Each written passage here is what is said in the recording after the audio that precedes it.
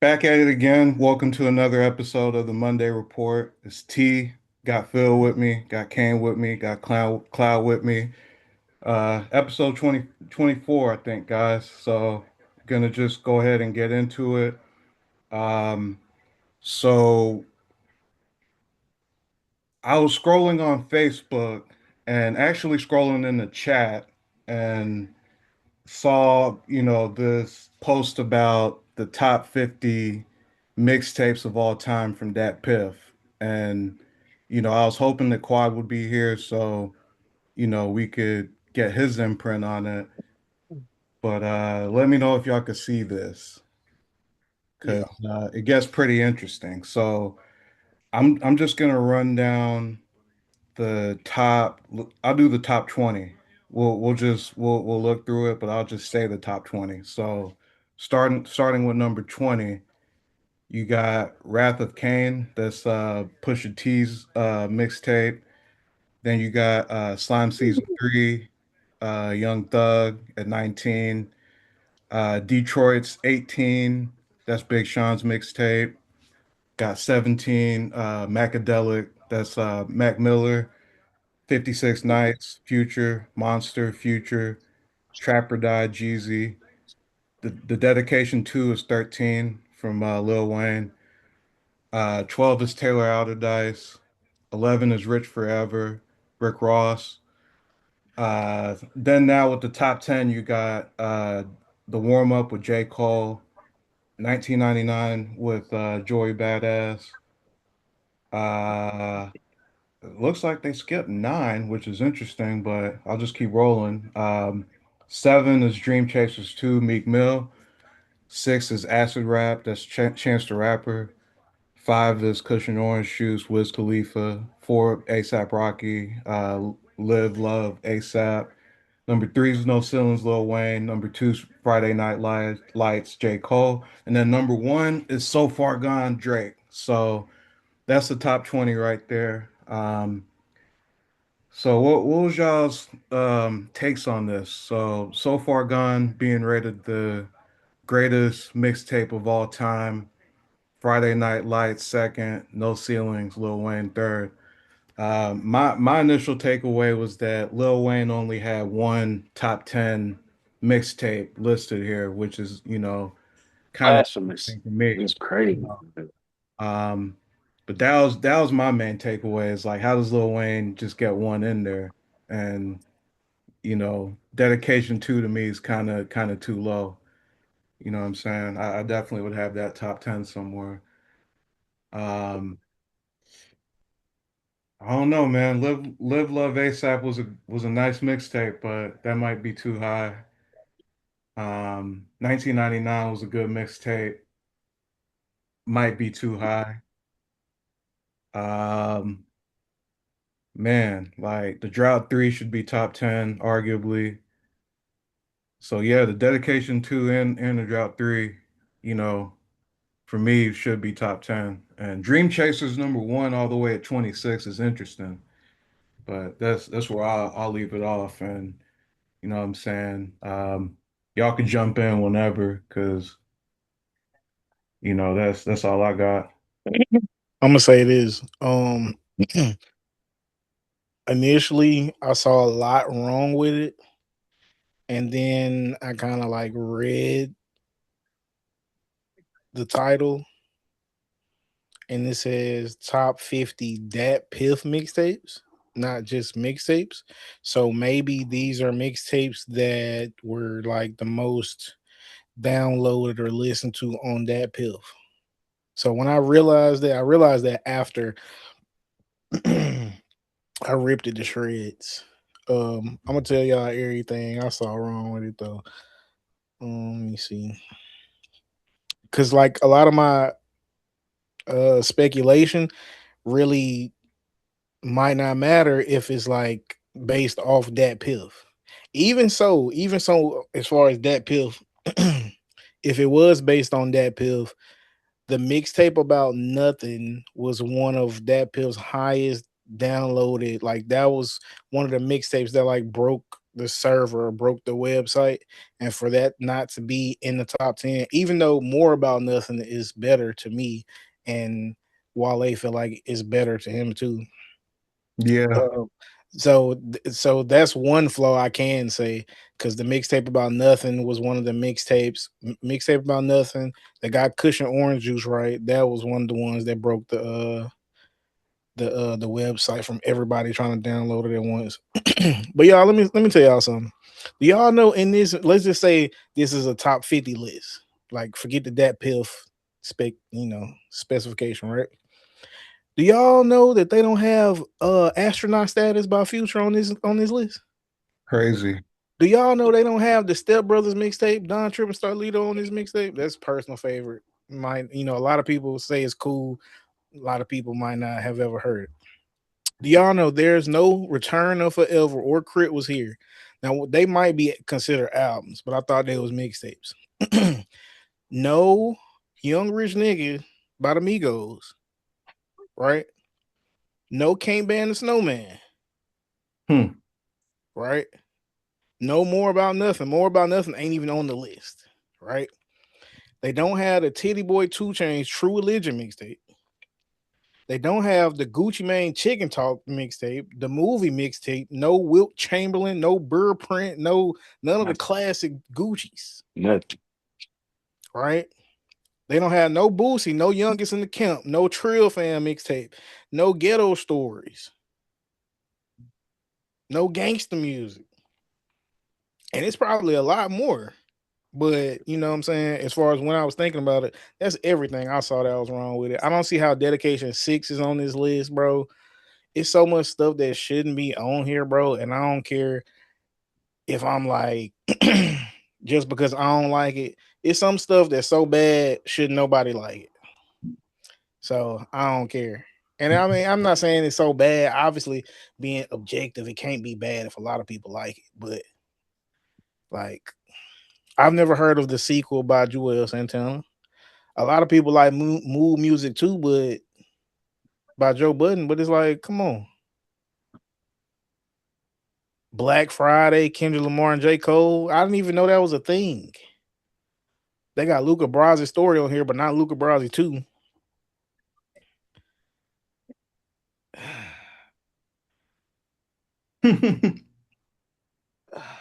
Trap Back. That's the Gucci Mane mixtape y'all put on there. I mean, I ain't mad at it, but Gucci Mane, part of Gucci Mane lore is that he put out so much music that there's gems. Like, if you take away, like, people can't take away, say mixtapes don't count or mixtapes don't matter and still hold Gucci in a high regard, but say we taking Wayne down as far as all time. I don't get that. Like, Gucci Mane should have like 5 spots on here, probably, maybe at least 3 in the real mixtapes, not some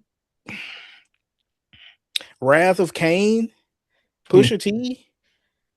That I'm was not saying it was bad, but I'm just saying, like, bro, y'all don't have no soul. What are soul tapes? Soul Tapes at They 49. got one. They got one soul tape on here. But 2 and 3 was. You think So Far Gone is the greatest mixtape of They all? Probably call not. they call they call Barter Six. They call Barter Six a mixtape. But if you're not reading this, it's too late a mixtape. An album. No, no, no. The Barter Six was a mixtape. It was No, it was the album. It was the album, but they Yeah, got it that's a as a mixtape confusing on one. here. I don't know. I'm confused. That's a Man, confusing. let me jump in on this. Mhm. Let me jump in on this. All right, let's start at the top.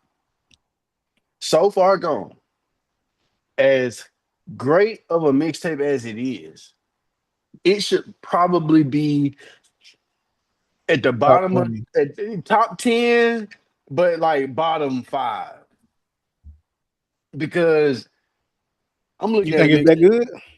Oh, I, I mean, if we want to say it, if we want to just like, if we want to give it the benefit of the doubt, we say, hey, this is the best you can get. Because to me, I don't even think that like if we really go through it, bro, like it is so many mixtapes that's probably better than So Far Gone too.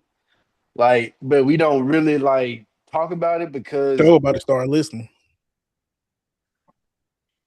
you know what I'm saying? Because we don't like because the people that we thinking about like right now constantly in rap is the people we gonna favor the most. You know what I'm saying? But like, come on, bro. No ceilings is 1,000 times better than love, live, love, ASAP, bro. That shit shouldn't even be that close to it, bro. Like Dream Chasers 2, a Meek Mill mixtape up here, bro. Come on, bro. And you got the Drought 3 at 23. Man, bro. Dream Chasers 2, Acid Rap, 1999, the warm up. Come on, bro. All of the bro, ain't none of them shits better than the Drought 3, let alone Dedication 2. Bro, these motherfuckers are assholes. Whoever make these lists, they say we just gonna throw some shit up here and we gonna pick what we like. Fuck with actual like hit like they didn't listen to all 50 of these fucking mixtapes, bro. Ain't no way they listen to all of them, dog. These are kids that probably made these too. Like who like who's actually voting? Is it somebody that's maybe not from the South? Or is it 100 people? Is it 200 people? Is it 1,000 folks? Surely it isn't. Like, come on, bro. Like, this is crazy. This is worse than the albums list. This is worse than the albums list, bro. They got Rich. Where's Rich Forever at 11, bro? Come on, bro. Rich Forever better than Friday Night Lights. Bro. I could argue Rich Forever better than So Far Gone. Yeah, I don't know about that. could argue that. I can argue it. I'm not saying that it is. I'm just saying I can make the argument because I'm like, yo, first track I'm thinking about is Stay Scheming. I'm gonna tell you this. I did not like that Rich Forever mixtape, right?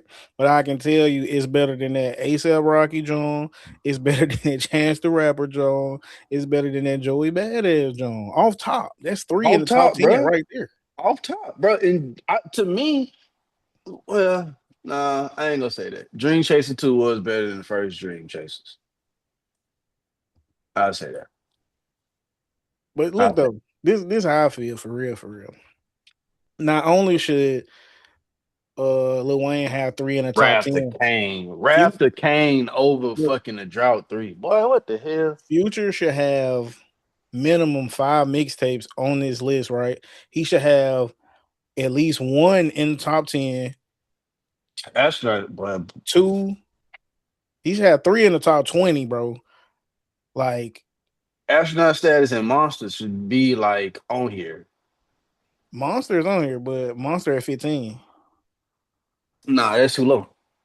That's what I'm saying. He should have That's at too least low. one in the top 10. At least he could. I mean, it's arguable more. One in the top 10, 3 in the top 20, and then at least 2 more. We could honestly, we could have threw Beast Mode on here. Cabin Fever is too high too. I ain't saying it shouldn't be on here, but it's too high. Where Cabin Fever at? 22. I don't think Cabin Fever better than Burn After Rolling. Cabin Fever was a good mixtape. It was cool. I don't think it was better than Burn After Rolling though. Overly dedicated, kind of high. If you ask me, that's it.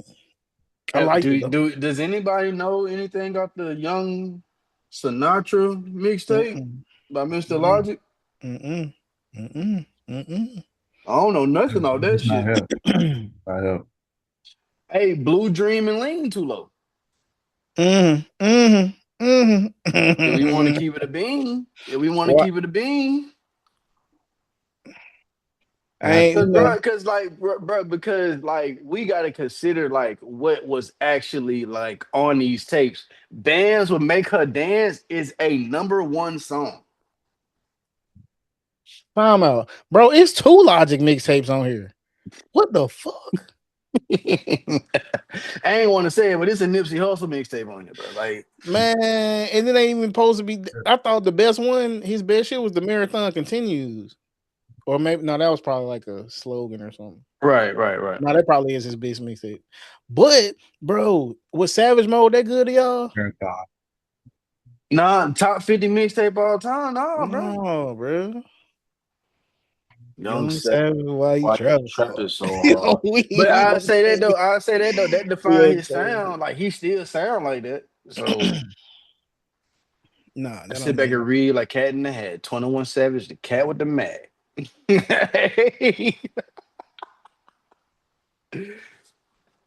Action on you, sit Bronson. your ass in the back. I wouldn't have Detroit at 18. I'd have Finally Famous ahead of that. That's just me. Yeah, Finally Famous is better than Detroit. Yeah. I don't know if I want to put that Macadelic up there. It's not better than some of those. It's not better than Cabin Fever It's not better than the Drought 3. It's not better than Faces. or Dream Chasers. Oh wait, was Faces an album? Yeah, Faces was an album. Okay, never mind. Slime, Slime season 3 wasn't better than the first Slime season to me. yeah, Slime Season's way too low. They had that pull up on a kid. Yeah. Yeah. I'm saying Arguably a top 20 mixtape. Cloudy, can you pop in for a sec? I got a question. Oh, she bad. Does this Lloyd Banks Cold Corner 2 mixtape deserve to be on this list? Look, I was about to jump in, man. You were definitely right. You of everybody on the panel probably took away most of my talking points, but everybody, you know what I'm saying? But that's how it be though. That's besides the point. But y'all rolling, man. You know what I'm saying? But righteous though, fuck Alabama though, man. Fuck the Tide, bro. My bad. I've been on the bleezy. But yo, check this, man. And to your point, nah, bro. No Lloyd Banks album. Hold up. Where is it though? Hey, just being for real though. Like, honestly, man, let's just be let's just look at this shit analytically. This can't be a billboard, John, talking about Datpiff. You know what I'm saying? Like, so whoever's list this is just for like some clickbait shit. Right. It'll be Billboard's intern top 50 mixtapes because that's who made this shit. For real. And then on another level of this shit, man, like, why would a Lloyd Banks be on there but not a 50 Cent mixtape? You know what I'm saying? Because for real, he was known as a 50 as a mixtape, as one of the people who jump started the mixtape scene. You feel me? Mm-hmm. To be on that shit because his shit was in heavy rotation. You know what I'm saying? Before Get Rich or Die Trying. That's what made Get Rich or Die Trying a diamond jump. And then Joel Santana, the sequel, bro. Let's just give him the benefit of the doubt. Give all what Dipset's saying about Joel's being the most talented and everything. It being a mixtape that nobody can really even remember is kind of questionable, bro. And then him being the person from Dipset mixtape that'll be on this jump when, you know what I'm saying? Not Dipset, the collective, not 40 Cal, not Hell Rail, not any of them, JR Ryder, not any of them. You know, it's kind of crazy. The shit y'all said about Lil Wayne was totally valid, bro. Like, what the fuck? Totally what the fuck, bro. You know what I'm saying? The fact that the dedication 2 would be outside the top 10, but you would let's go to the top 10 right quick, bro. Put the dedication 2 against anything in the fucking top 10, bro. Anything. Even no ceilings, bro. These niggas said Dream Chasers 2 against the dedication 2. Are you brazy? Look, they gotta be brazy, bro. Like the warm-up against the dedication, 1999, bro. 1990 fucking Bomberclot 9. I they crazy? Put the drought 3 against 1999. They cannot be serious, bro. You know what I'm saying? Like you could like they left out T.I. and what they had going on Yep. against 1999, bro. 1999 ain't getting off of Highway 95, bro. Nobody Ooh, heard that shit down here, bro. For real, man. Any in New York. Cloudy, you know what I just realized, bro?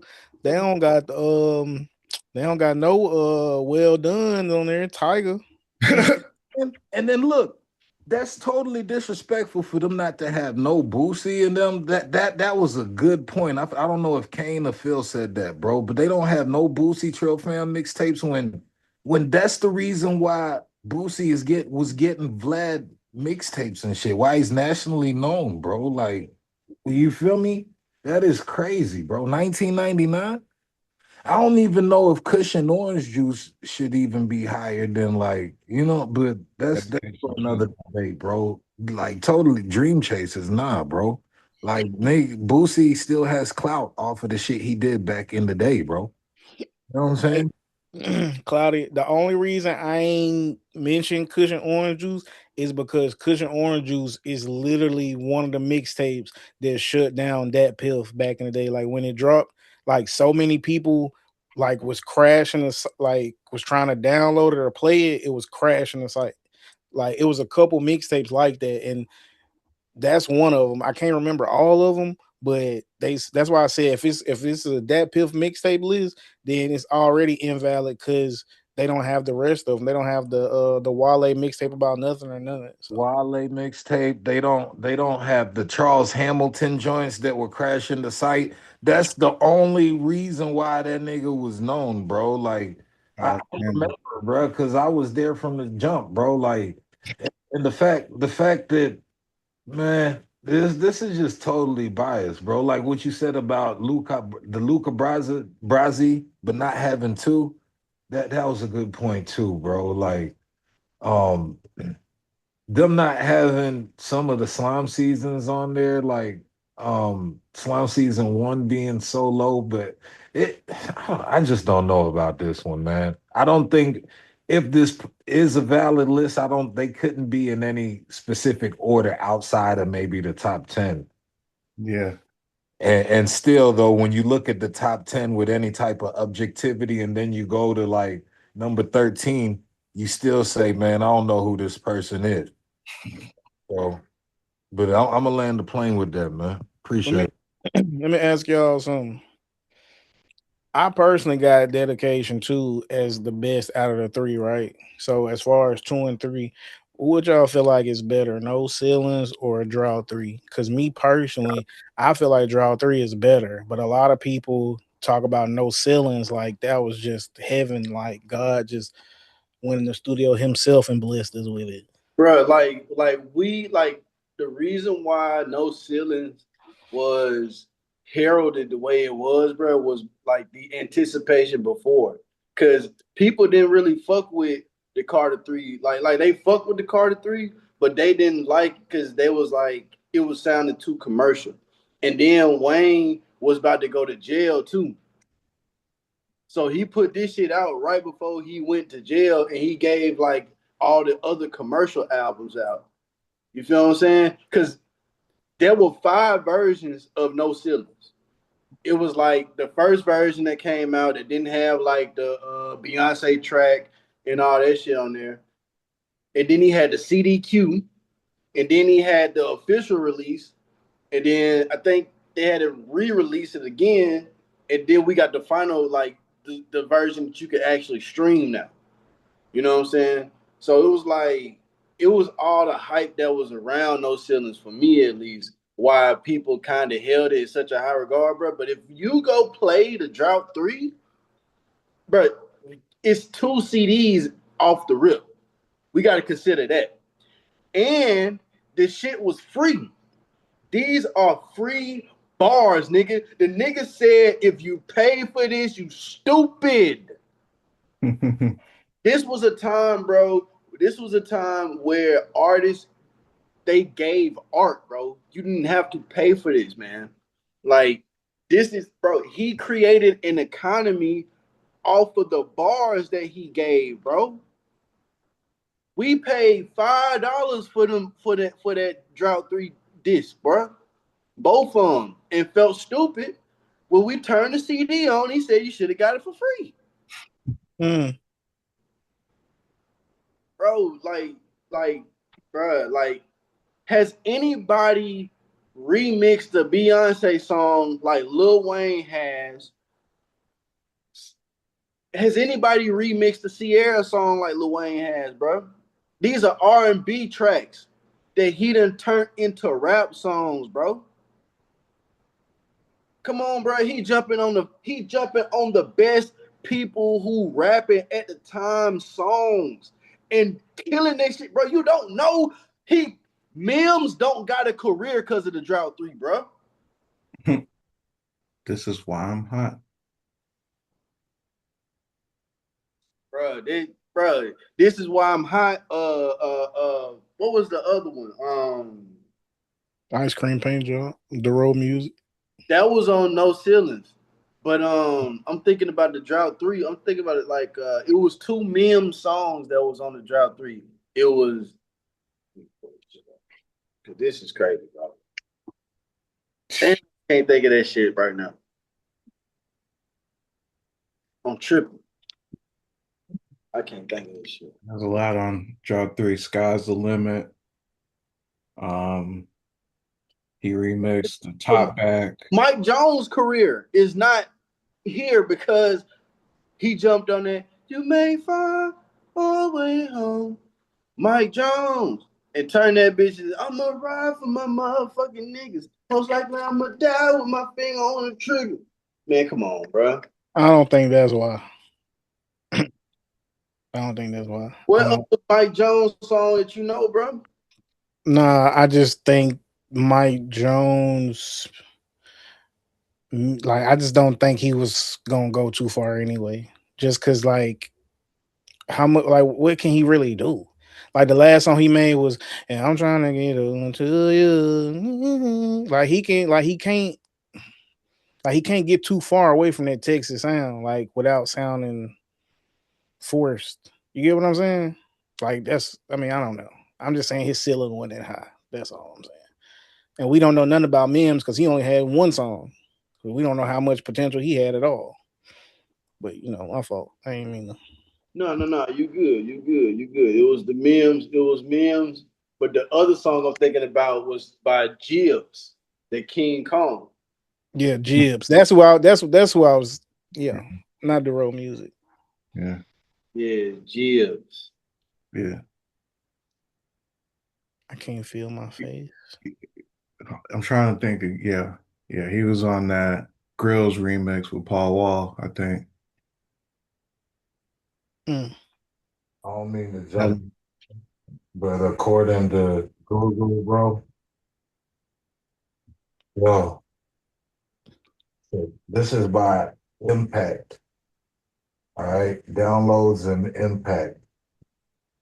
The top 7, bro. They say Meek Mill, Dream Chaser 2 is widely considered the most downloaded mixtape in Datpiff history, often cited as diamond status.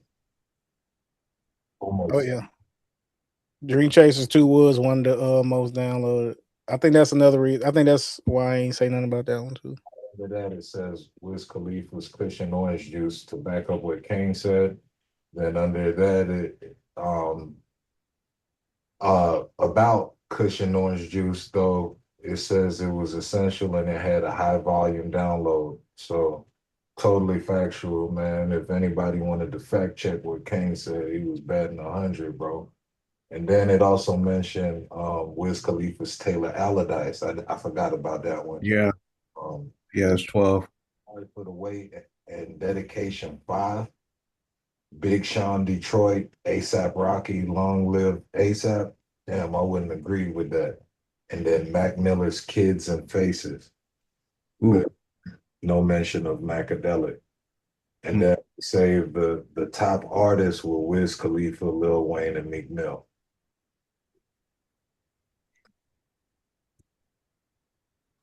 But Y'all just made me realize something. Lil Wayne should have 5 mixtapes in this, bro, because I knew it was one I was missing. Sorry for the freaking wait. Yeah, sorry for the wait. Sorry for the wait is better than like 20 mixtapes on this list. Yeah, bro. And if you ask me, I am a crazy Wayne fan, but Louisiana better than a lot of mixtapes on this list. If we want to really go there, bro, like Louisiana, one of my favorite mixtapes of all time. Like we don't want to talk about the suffix, like I was just about to say that, bro. You know what I'm saying? bro, like the one, like, nah, I mean, bro, any of them J. Cole tapes, bro, like, nah. Friday Night Lights definitely top 10 though.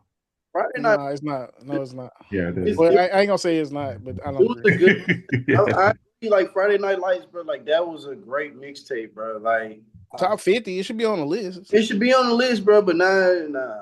Top 10 mixtape. Top 10. I can name 10 mixtapes better right now, T. True Religion wasn't on there. You want to go for it? Bobby B.O.B. versus Bobby Ray had a buzz. Crit was here. I don't know if it was on there. It's on there. You know that joint with Currency and Wiz Khalifa that jump started like both the Taylor Gang and the Jets thing. That How Fly mixtape wasn't on there. I don't know if that Saha the Prince was on there. That Royal Flush. Yeah. You know what I'm saying? I think Kane mentioned Future astronaut status. Yeah. Yeah, astronaut status. Man, bro, I'm gonna be real, bro. I was alive mixtapes. Yeah, me too. I was on Yep. that. I wasn't even like we couldn't even get on Datpiff at the school, bro. So wasn't really a Datpiff guy personally. I was a live mixtapes kind of guy. And they can't be just talking about rap since they mentioned Drake. Cause like looking at their list, man. Let me go back to the list, man. Cause that shit. Hey, Cloudy, you just made me realize something else, bro. House of Balloons ain't on this bitch. Oh, yeah. You ain't lying. Yeah. I don't even like that mixtape. And everybody was on that mixtape when it came out. Everybody. Bro, House of Balloons is a classic. Hey, the Section 80 ain't even on there. They had it on the album. They considered that on their album list when they made it. What? Last week. All right. Because I was like, House Section 80 on here, but so far gone not. But I guess I don't know. Politics. Yeah, that's crazy right there. They moving goalposts. And Joel Santana the sequel, but not Lil Wayne the suffix or the prefix. You know what I'm saying? It's kind of crazy work. I'm just saying, because I know, look, man. Honestly, man, the Soul Tape 2 or 3 was probably better than Joel Santana's work. Like, for real. Like, and also one thing about Young Thug's mixtapes, he wasn't doing like Lil Wayne that, and it wasn't just Young Thug, you know, because I mean Future did it, Mac Miller did it, but a lot of these artists did it, but coming with original production for mixtapes, that's something that Phil made a great point of though. Niggas was getting free bars, like good art for nothing, bro. They were doing it just because, bro. And actually, you know what I'm saying? It seemed like making an effort to make quality. Do you see what I'm saying? Like, But you know what the reason for that is, though? what do you think? Oh, Because the game ain't about the music no more, bro. When in this era, bro, it was still competition. So that's when you did it, bro. Like you show how good you can rap on a mixtape because there wasn't all these guidelines like samples and stuff getting cleared or whatever. It's like you can let your full game on display right there. And that's why niggas did that. It wasn't about the money or album sales, nigga. It was about the bragging rights. It was about the competition. That's why I was saying today they have influencers who make music. It ain't about the music. That's why they say for a rapper, it don't really gain you nothing to go on a stream because you are letting down that veil of mysteriousness. We getting to know you like, damn, this how he is. He born. Look how he sit. That nigga a weirdo. Like this nigga don't clip his nails. Like it don't like all this stuff, bro. Like Lil Baby can't drop a mixtape because if it's trash, niggas ain't gonna buy his real album. So you get what I'm saying? Like you can't. It ain't about the music no more. That's why niggas like Drake can put out an album or a project every 12 or 14 months because he really doing it. He really making music. A lot of these people are just selling you an experience. Like J. Cole saying, "Oh, I never believed I was the best rapper. That was just a persona I put on and I played it so well, you believed it."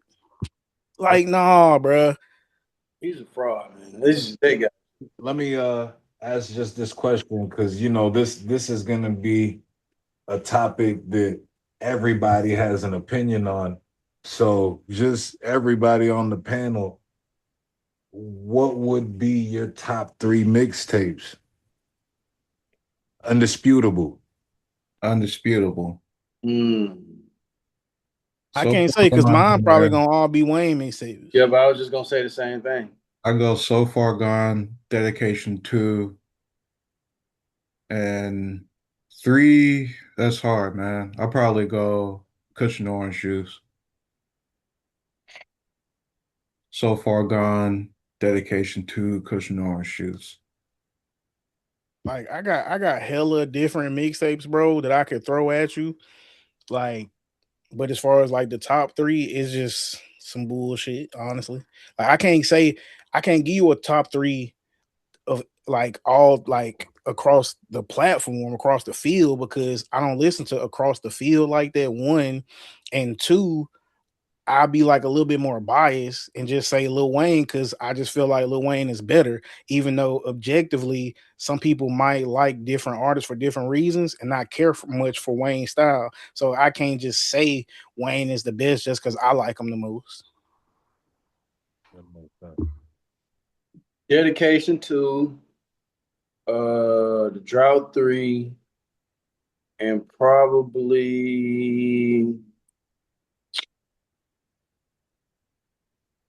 man, I like that Taylor. No.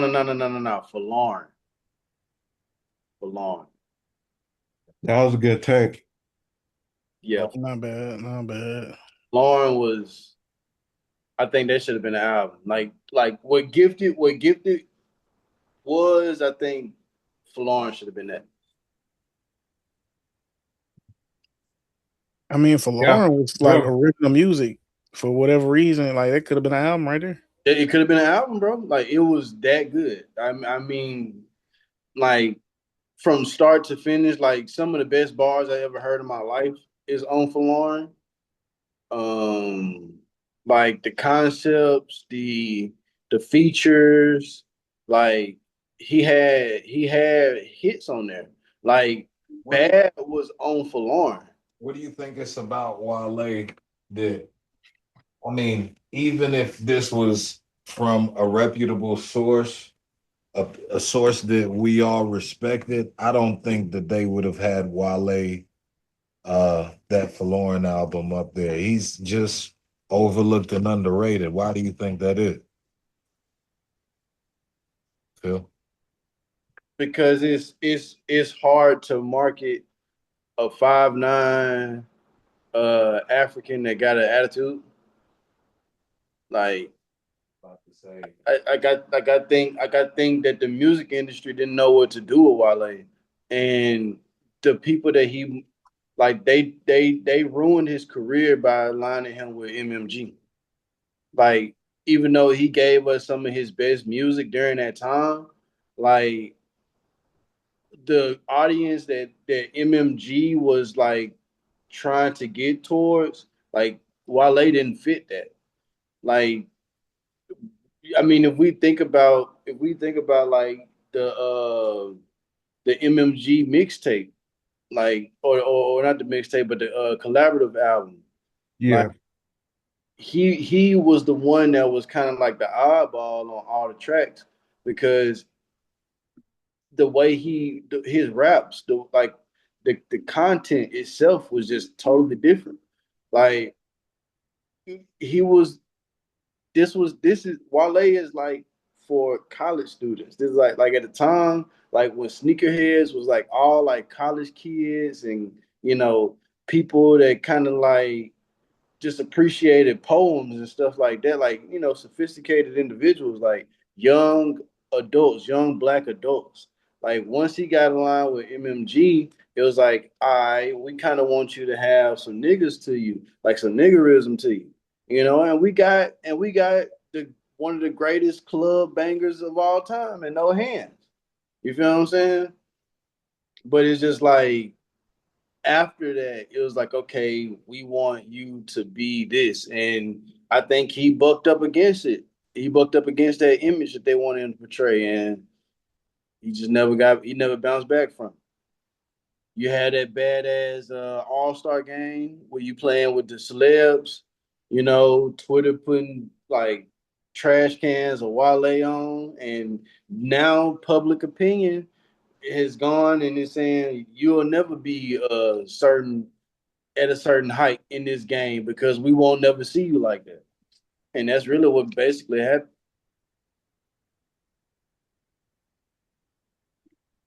Seems accurate. Agree. Because I mean, bro, like for real, like after he came with Forlorn, that should have been an album.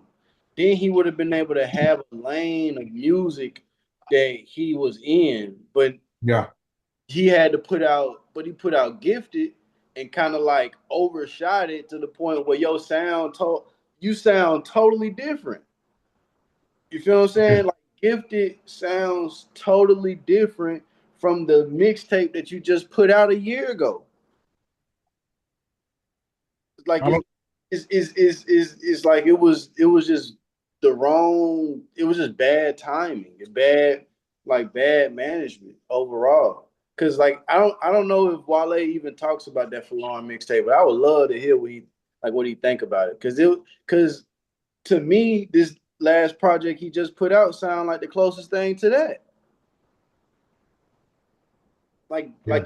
like you had a sound and you went away from it and I think you just got it back with this last project, but whatever. That's what I think about that. I'm just gonna say I don't really agree. As far as the when it comes to the point that he was the odd man out, the other nigga was the odd man out.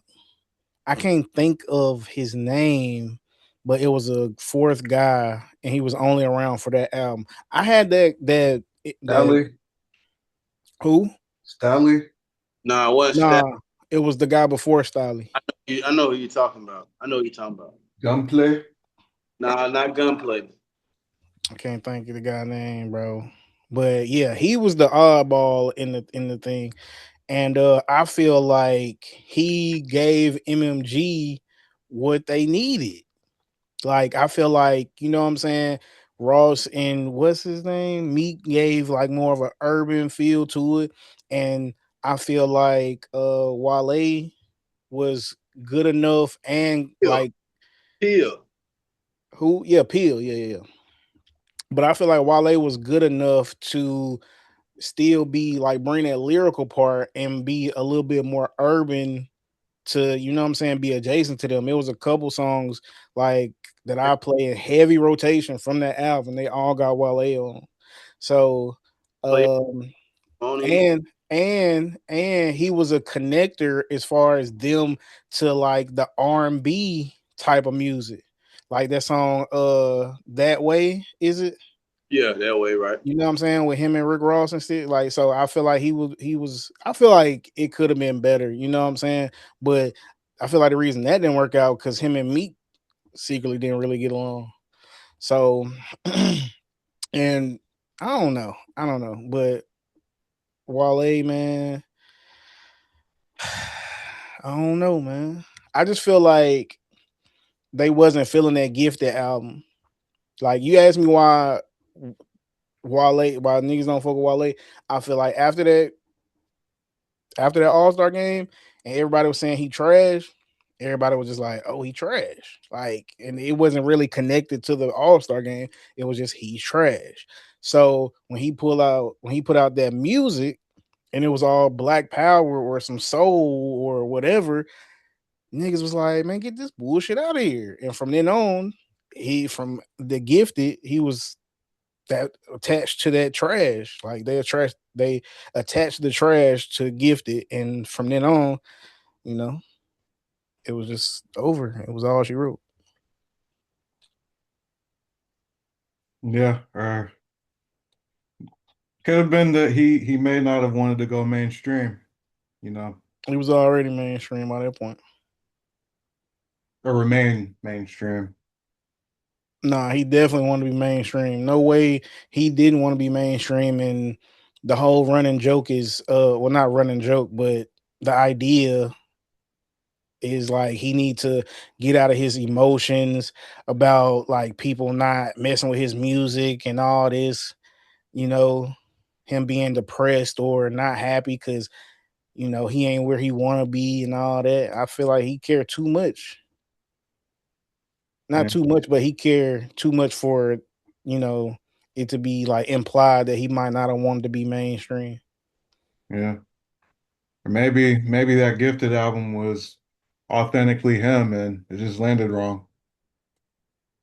Maybe so. I mean, I think it was definitely the other stuff had a lot to do with it though. And it's crazy because I love the Gifted. I don't listen to it. I don't listen to it start to finish, bro. But the songs I do listen to, man, I love that album. And then like that song, with him and Meek, man, when Meek washed him, man, that was some of Meek's best rapping. And it's so crazy to realize they didn't like each other though. That's so crazy, bro. What's the next topic though? I feel like we done with this. All right, so we got a reaction for 5 things you should know about men from Instagram, courtesy of Phil. So I'm gonna pull that up and play this quick clip if I could find it. Just give me a quick second. All right, about to play it. Uh, don't know how long it is, but gonna play it from the top.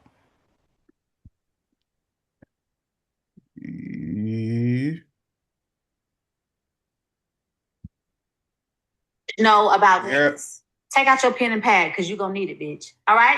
Let's get into it. The first thing you need to know is that men like compliments. Yeah.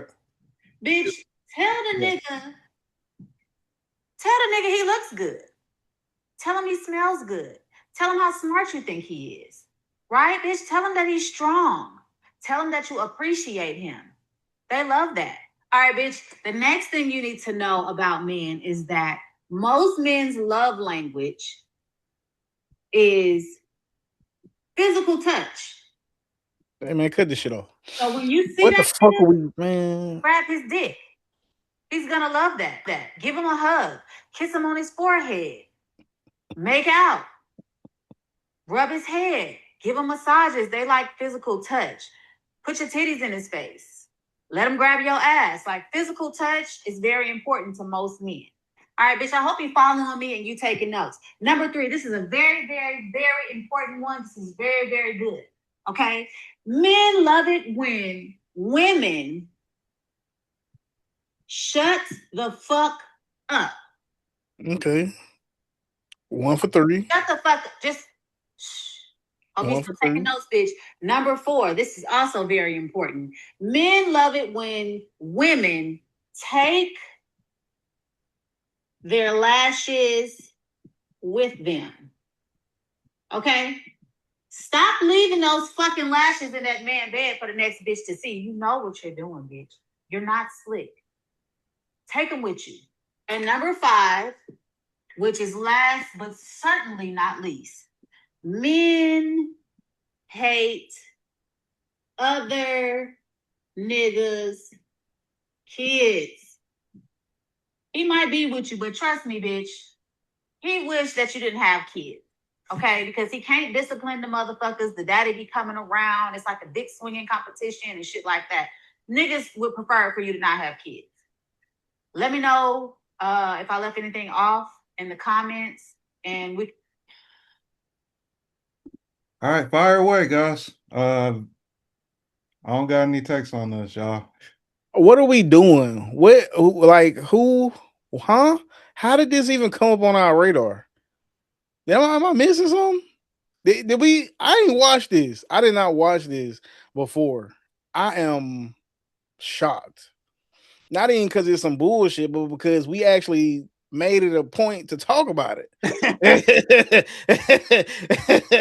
like I thought this was like the other one where the guy was spitting facts. So I'm like coming into it with an open mind. I'm ready. And yeah. No. Only thing she said good was shut the fuck up. And that's a lot. So take that. Bro, That's good advice. The reason why I put it in there, because I thought it was like good satire. You know what I'm saying? Like I was like, all right, this could be like this a trigger a reaction out of somebody, and it did. So I won with that. But man, I think like really like once we pull back the layers, like it kind of just goes in to show like how simple men could be. For like so many of that, like if we really just being honest, like some of the things she was saying, especially like the first part where it was like compliment your man. I think that's a good way for like relationships to kind of like last long, because I'm of the idea that if we fix our like love lives, we could probably like fix some of the other things that go on in our community. So like, you know, a lot of times the ladies, they always like, oh, well, what's something I could do to, you know, better my relationship with my man and blah, blah, blah. And it's like, you know, they see shit like that probably on the screen, and we, you know, black men. So like we could give like a little insight further into that. Like, you know, maybe you type of guy that don't like physical touch. You know what I'm saying? Maybe you're more of a words of affirmation, or maybe you're a quality time guy, or maybe you like somebody to do something for you. Acts of service would be shutting the fuck up. You know what I'm saying? So like I was just kind of like putting this out there to see if, you know, anybody wanted to take a swing at it to, you know, confirm or deny some of the claims that the sister was making. Any takes on that, Cloud, or?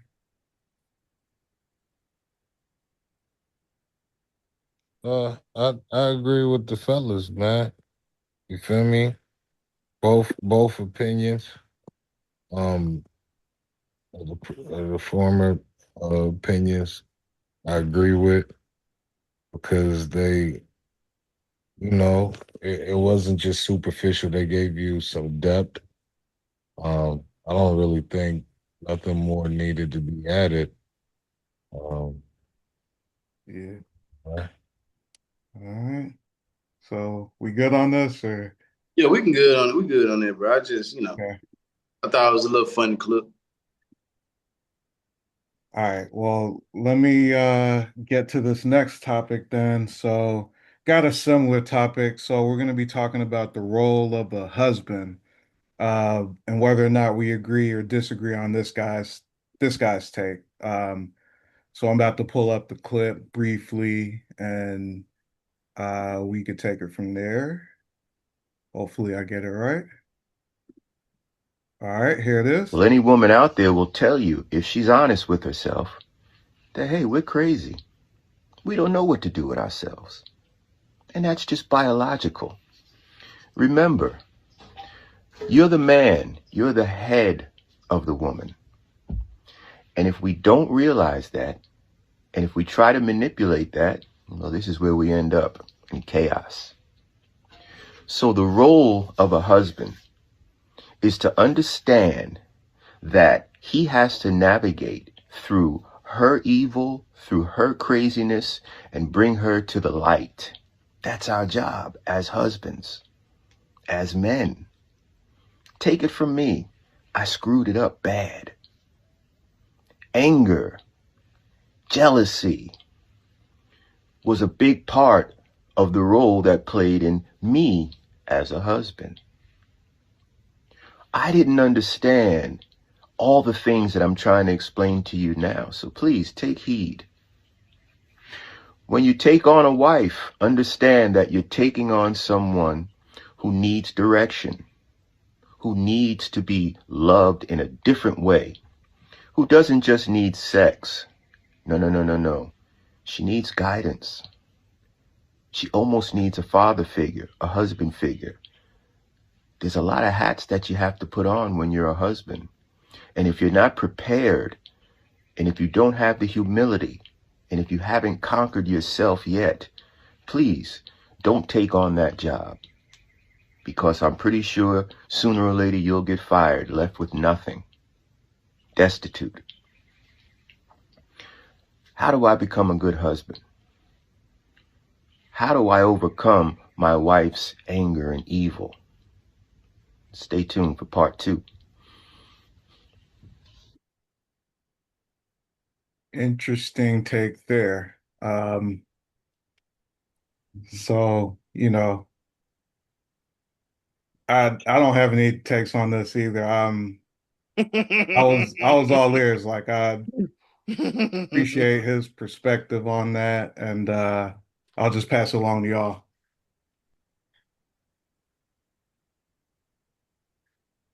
You got any take on that, Ken, I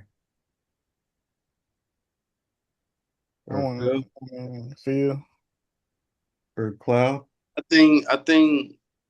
Well, yeah. I think the guy kind of was able to, provide his idea of it. I think that you should be more of a guy for your lady. There's certain things in life that you're able to handle a little bit better than her. And sometimes you got to be the one to make the tough calls and like live with like the fact that sometimes if you make the wrong decision, you're the one to blame.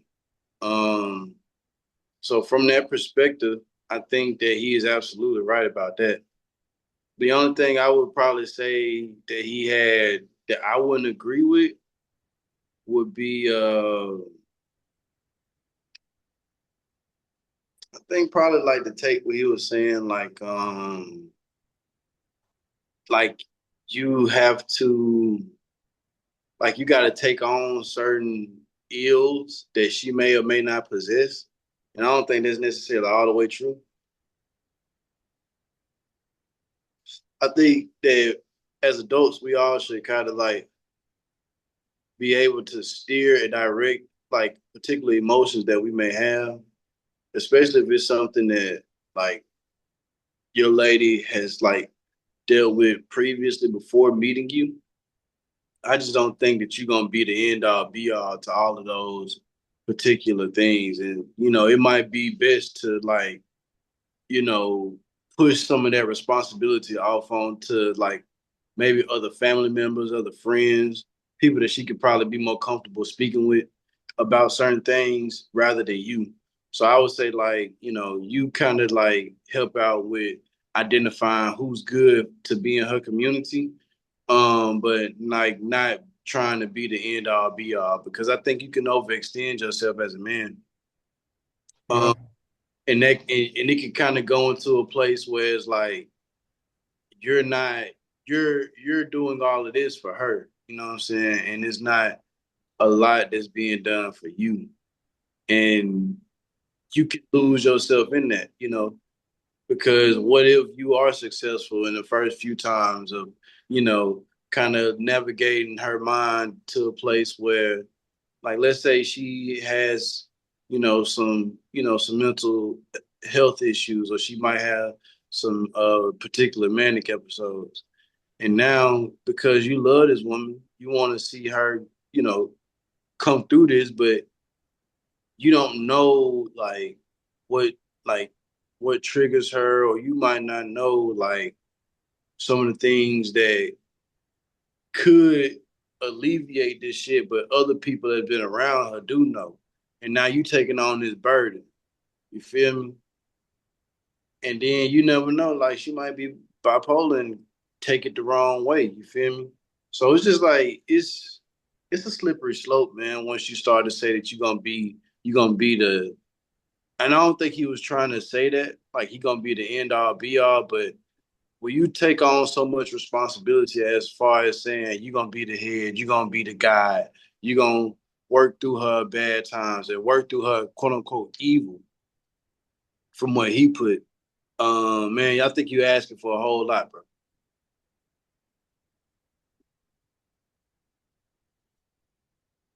Agree, disagree, Kane, or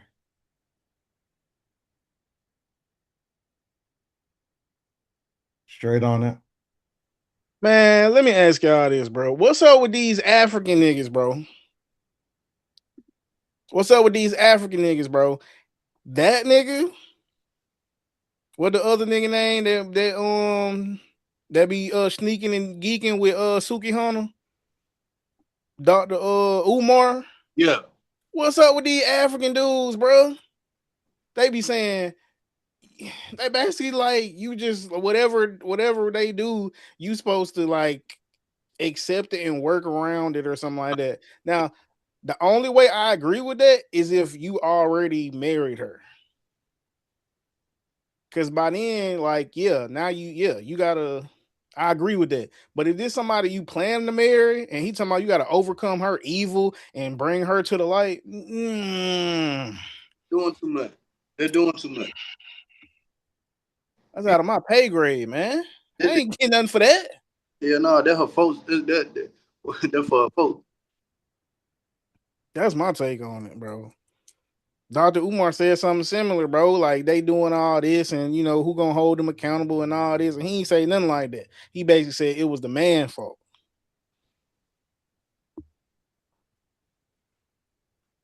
and we should accept them as is. So I guess Dr. Umar idea is we supposed to take them back. I mean, not take them back, but take them, accept them for who they is, and just be so good that they just magically change just because we doing things different. I don't agree with that because I feel like women influence men more than men influence women. Absolutely. So I'm not saying men don't need to change. I'm saying it just can't be all on men. I think men's role in this particular subject, bro, is that we got to have a standard in which we operate on, and stand on business. And then once that standard has been but yeah, like not only stand on business, the next nigga got to stand on the same business you standing on. That's what I'm saying. That all that. Yeah, okay, yeah, because if you say, we going this way, and she could just go find somebody and say, oh, he gonna go the way I want to go. Shit, that fucking know what you got going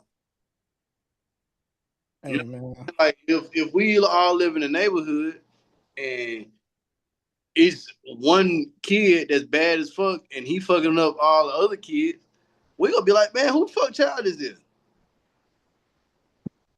No kizzy. You know what I'm saying? And so once we identify who child is and it's coming from your motherfucking ass, you're like, oh, this is the problem. Ain't no structure over here. Yeah, we can't whoop his little ass, but we can step outside. But yeah, shit, anything goes over here because it's no standard. Like you said, like women influence men way more than men influence women. And it's really because like the male's desire to have sex is stronger than the woman's. So we gonna bend every time. This man talking about some fight her evil. Hey, listen, bro. It's some shit that you just can't. It's some things that you just can't overcome. It's some shit that you can't. Is that my purpose? Did the Most High ever say he wanted that was part of the plan? Like, I'm not even being funny. I'm genuinely asking. The way I see it is in nature. If you go up on if we all in nature, we don't got no sense of society or civilization, we would have to do things that would attract a woman to us. And once we got her, whether we wanted to stay with her or not, we was willing to kill about this particular one because she brought something into this world that you have. You feel what I'm saying? Like, it's a territory type of thing, right? Whether it's one bird in your territory or it's five ladybirds in your territory.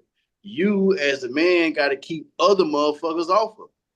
So I think that's your role. She gonna have some babies if you put some in her. You take care of them.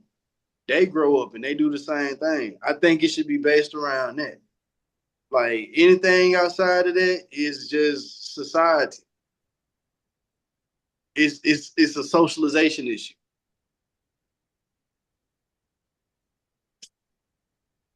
I can get with that. Any takes on that, Cloud, or you good? Okay. Think he's good. I like how he never answered my question about that Lloyd Banks mixtape. Yeah. So I just asked him because he a little bit older than us, so I figured his brain was a little bit more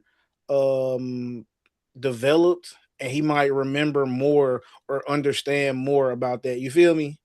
Because yeah. you know what I'm saying, since he would have been a little older. That's all that was. Said 50 Cent should have been on there before the Lloyd Bank joint. He does Oh, say. I ain't hear that. My fault. I Yeah. must have missed that. Bank, if anything, you know, he had good albums, Rotten Apple and the other joint he did, man, and he had some good mixtapes, but I don't know. He did have some mixtapes that should have been on there over other people, but you know, The reason I asked though, because in the Twitter spaces, people talk about Lloyd Banks like he was just lyrical, like he was just one of them ones. And I just never knew Lloyd Banks to be like that. I don't know if I just wasn't tapped in or what. Like, I liked On Fire, up in here. I printed out the lyrics. I learned the song word for word. But outside of that, in the song he got about breaking up, young man, just remember who play who first. Like, you know what I'm saying? I like a couple of Lloyd Banks records, but I ain't never know him to be this lyrical guy. Niggas talking like he Cassidy. Nah, I was joking. Cassidy's great. They try to put him up against Fabulous whenever, you know, but Jadakiss, but you know, those two would eat Lloyd Banks, you know, but it ain't, Take his sack lunch. you know, but like as far as them, I would put it like a collective G Unit mixtape up there in the top 50, you know, or 50 Cent before I'd put a Lloyd Banks solo mixtape in my top 50. But there's, you know, there's so many mixtapes. I honestly, if it was just me, wouldn't have even put a Lloyd Banks project up there. But to this about the marriage though, um, I will say and let me just make sure I have the current topic right, because you had Yeah.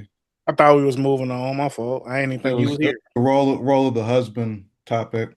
oh no, I was good on that, bro. I was good. All right.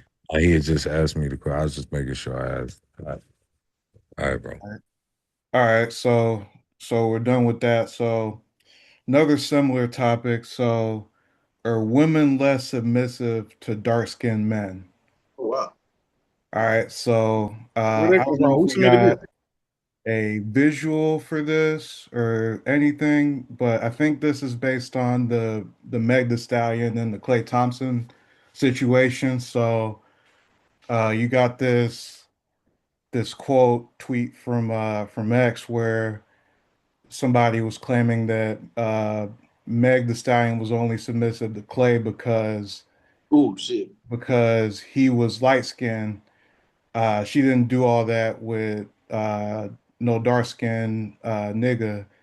So, they showed several pictures of Meg with people she's dated in the past who were dark skinned and, her being affectionate with them. And,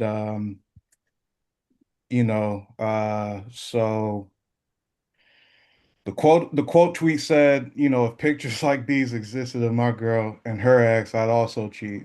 Um, So, you could weigh in on all that or just, my overall question being, are women more submissive, in your opinion, to light-skinned men versus dark-skinned men, or just reactions to that in general? You know what I'm saying? I'm just gonna keep it cute. I'm just gonna keep it short, man. You feel me? Let me get on camera before I say this though. Give me 1 second. All right, bro. So because I wasn't really looking. Did the tweet say something about dark skin only being submissive to dark skin, or did you just kind of think of that question yourself? Just thought of it myself, I think. Oh, okay. So I'm gonna respond to the question then. I don't But think I don't what think women are more submissive to light skin or dark skin. I don't think so. It also depends on what you like to think of as submissive. You know what I'm saying? Um, I feel like Meg the Stallion was submissive in different ways because the guys were different. Like I feel like taking those pictures that you just posted in a tweet from the party Fontaine or whatever his name is, I feel like she was submitting to him in more of a sexual way. She was attracted to him, she wanted him, she desired him, so she was submissive to him. Like I don't want to say sexually, but the connection of the submissiveness would be I feel like her sexual attraction as to where she had a similar submissiveness to Clay, but her submissiveness to Clay was more so rooted in security and provision. It was about him having them M's, not necessarily his skin tone or his skin color. But that's just my opinion, and that's why she did things different. She could have been on camera cooking for Party and all them other guys, but that ain't what she was trying to portray. You get what I'm saying? Like she wasn't trying to secure him on no get married type stuff. Maybe she was like maybe she would have been cool with it if he like did everything she wanted him to do, but she wasn't thinking about that. All she was thinking about how much she was attracted to him and how much she desired him. So she submitted to him differently. I think she submitted to both of them, maybe even every guy that she been seeing in connection with. And I don't think it was a light skin thing. I think it was more just what she was trying to secure. I feel like this is the same thing when women say, I'm going to sleep with the bad guy, the bad boy on the first night because I don't care about him, but I'm going to go things a different route with a guy that has potential because I don't want to be seen in a certain way. So with Clay, she could have did the same thing with Party, been all sexual and all that stuff, but she wanted to seem like a good potential partner. You get what I'm saying? So she's trying to show wifely attributes, cooking, just being a family person, whatever she thought would work. Interesting. But yeah, the tweet actually kind of insinuated that question, so I just kind of asked it out. Oh well, that was my answer, Brody. Yeah. Okay. Got a take on it, Phil? Or? I was about to say, what y'all think though? What y'all think about what I said?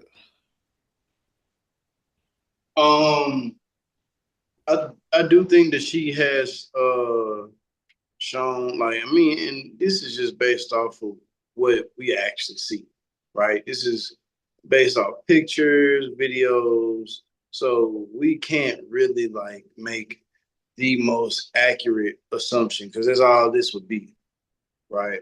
But I think that she has just like you get a different woman depending on the person that you are. Um, like two guys can mess with the same woman, and one guy get a different reaction from her than the next one. So it's just more so like, what kind of person are you, and what energy are you invoking in this person, and how does she react to that? We all know that submissiveness is a woman basically doing what you tell her to do. Like, you know what I'm saying? If you tell her that, hey, I need you to do this, that, and the third, and she follow up with it, you know? And of course, this is all asking them, of course, because on a job, your boss asks you to do what you know, what he wants you to do, and you do it. And that's pretty much all the same respect that, to me, I think that a man should have in his relationship. Like, the boss is providing something, he's providing payment, you know, and as a man, you provide something to the woman to make her submit, whether that's good rod, whether that's some money, you know what I'm saying, whether that's status, like whatever you may be providing, of course, she's gonna get the benefit of it, and then y'all have y'all mutual relations based upon that. And you know, I think that a lot of times people put too much on, you know, skin tone and all of that because like that may be something that exists within their selves. So as far as light skin, dark skin shit, man, they make hard motherfuckers in all colors, shapes, and sizes, bro. If she don't see you as that, you ain't gonna never be that. Whether you is that or not. So submissiveness is based upon what you bring out in somebody rather than what you actually can do. Interesting. Ooh, okay. Well, unless Cloud has something on that, then I'll go on to the next topic. Do it. So gas prices are exceeding $6 a gallon in some parts of the country, particularly Wisconsin. So it was reported that, gas finally hit $6 a gallon in Wisconsin, and that contrasts with Wisconsin's minimum wage, which is 7.25, you know. And so my question is, just given all this stuff that's going on with the economy, with the gas prices, do y'all feel like it's time to hike the minimum wage just because like $7.25 versus $6 a gallon just for transportation, like that's pretty steep, So, you know, um, and we were talking in the group chat, and I want to say that we found out that at least 10 states have a minimum wage that's at least 7.25, and that includes Alabama. So this is something that's probably not just unique to Wisconsin. Maybe the gas prices are, but the fact that you got such a low minimum wage versus rising energy cost, is now just putting questions like that further and further into the mainstream, So um, you know, I think, that's that's an easy answer for me, that the minimum wage should be way higher. It should be like, what they have in places like California or like Washington, D.C. But what a lot of people say is that once you kind of raise the minimum wage, prices start going up for everything. So, you know, what used to be, $5 for, whatever you want to get for $5 turns into $7 just because you got a hike in wage. So those are the types of things that get thrown out there whenever like you have these minimum wage conversations. And just what's your take on all this? Like just all this stuff that's going on.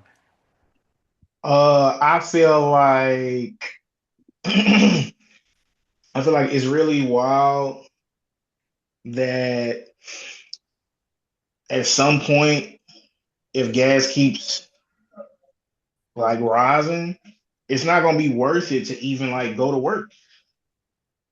Like if a gallon of gas costs the same as minimum wage, like at what point does it's worth like is it not worth it to start like going to work or start driving any like at all? Like this is so crazy, bro. Like they're saying like if you raise the minimum wage, then prices will start going up. Well, news flash, prices been going up anyway without us getting more money. So that's some bullshit.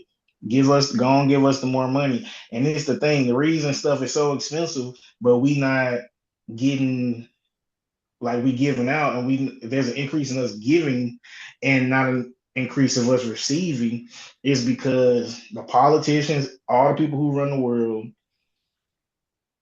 it wouldn't the reason, in my opinion, is this theory that they don't just tax all the billionaires, all the people with money to freaking blow, is because those people are who grease their pockets.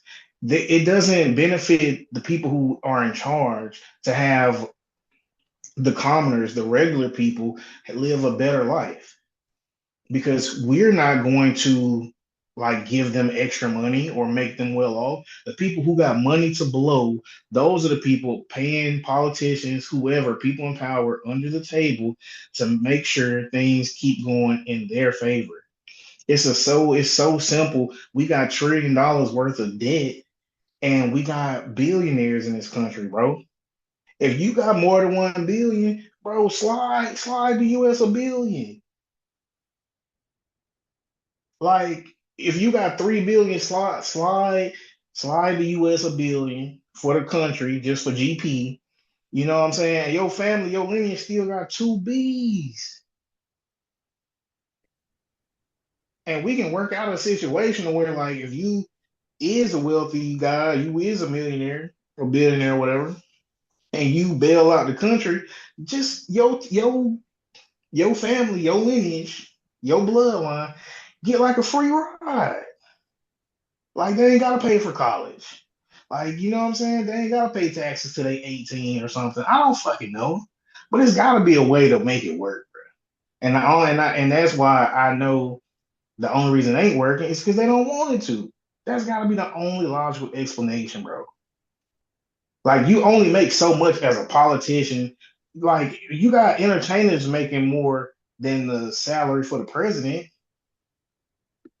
So I know, like, I can only imagine how much congressmen and senate and all this is making. If the president is only making this much, they could be making more, but I don't know. I'm just assuming. But my thing is, you got entertainers and other people making more money than that. So yeah, it makes sense. Like, oh, okay, the NBA or not the NBA, but just anybody. Like y'all, you giving me money? I'm making $1 million a year under the table, and you feel me? Okay, cool. I'm gonna look the other way. All these 7 million people in the country that's lacking and going without, they damn near don't even exist to me.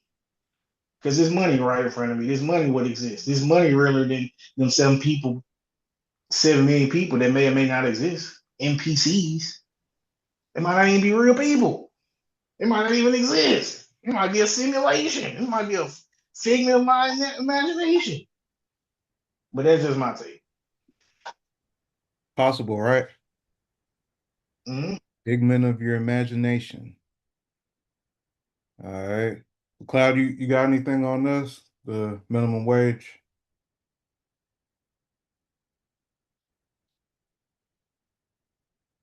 All right. Not sure if he's still with us. But if not, then we'll move on to the next topic. So, in like related economic news, um, it's being reported that a lot of chains are starting to, what's the word I'm looking for? Underpackage fresh food. So instead of giving you like 2 pounds of shrimp, they might give you like 1.9. And so I got like a short clip kind of illustrating this. It's real money for us, but it's big money for them. It is. It's big money and profits. Jimmy agreed to show me how it's done. You want to try it? I'll throw it on there. Yeah, go ahead. But each Domino powdered sugar bag we pulled off the shelf at this store was about an ounce under. It's happening everywhere. I'm just one guy. This brisket's supposed to be 4.6 pounds. So I set off to test myself. Oh, Kentucky legend. Walmart's, Kroger's, and Publix across Cobb and DeKalb counties. We stopped in Dollar General and Piggly Wiggly, too. We followed Jimmy's method. $40. Whew.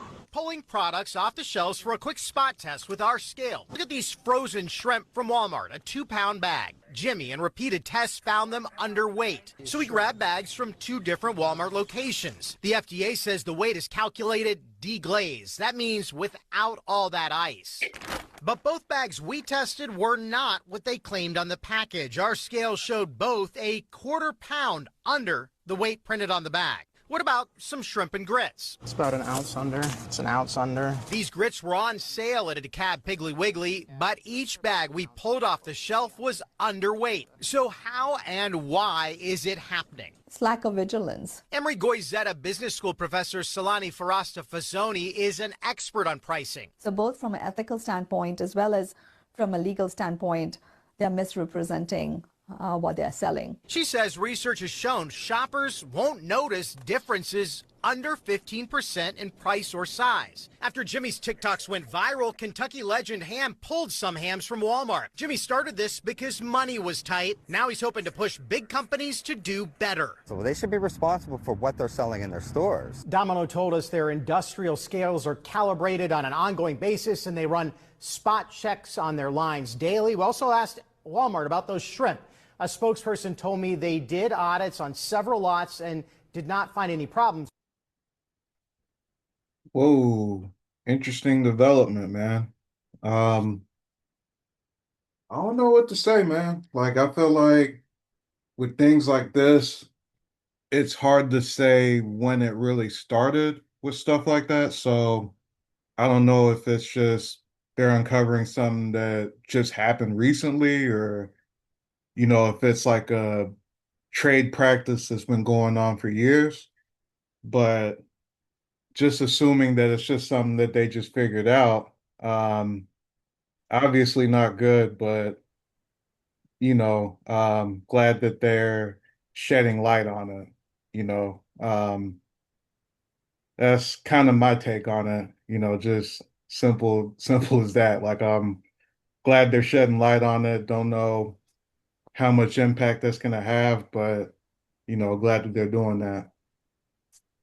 What did you think, Kane? Because I think, you know, I learned about this from you. You know, did you have a strong take or not on this, or, you know, is it, you know, pretty much whatever like me?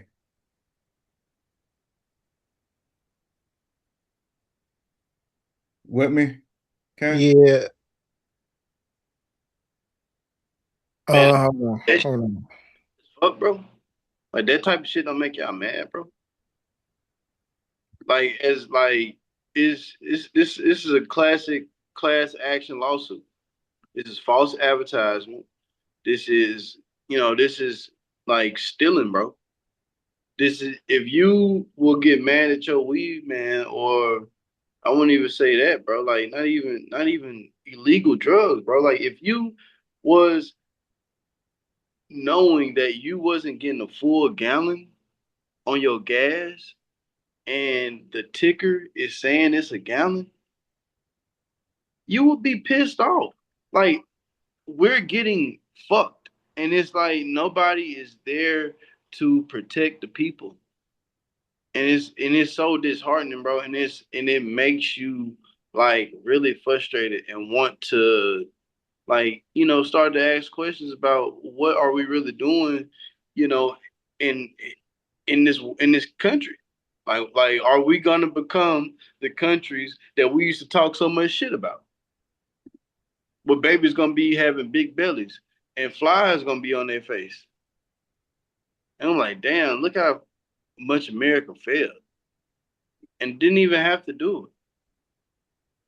Like this shit is crazy, bro. Like ain't no way this shit's supposed to be going on, dog. Like these motherfuckers got plenty enough money. They got plenty enough money. You know what I'm saying? And it's like you got to do a dance for them just for them to break you off.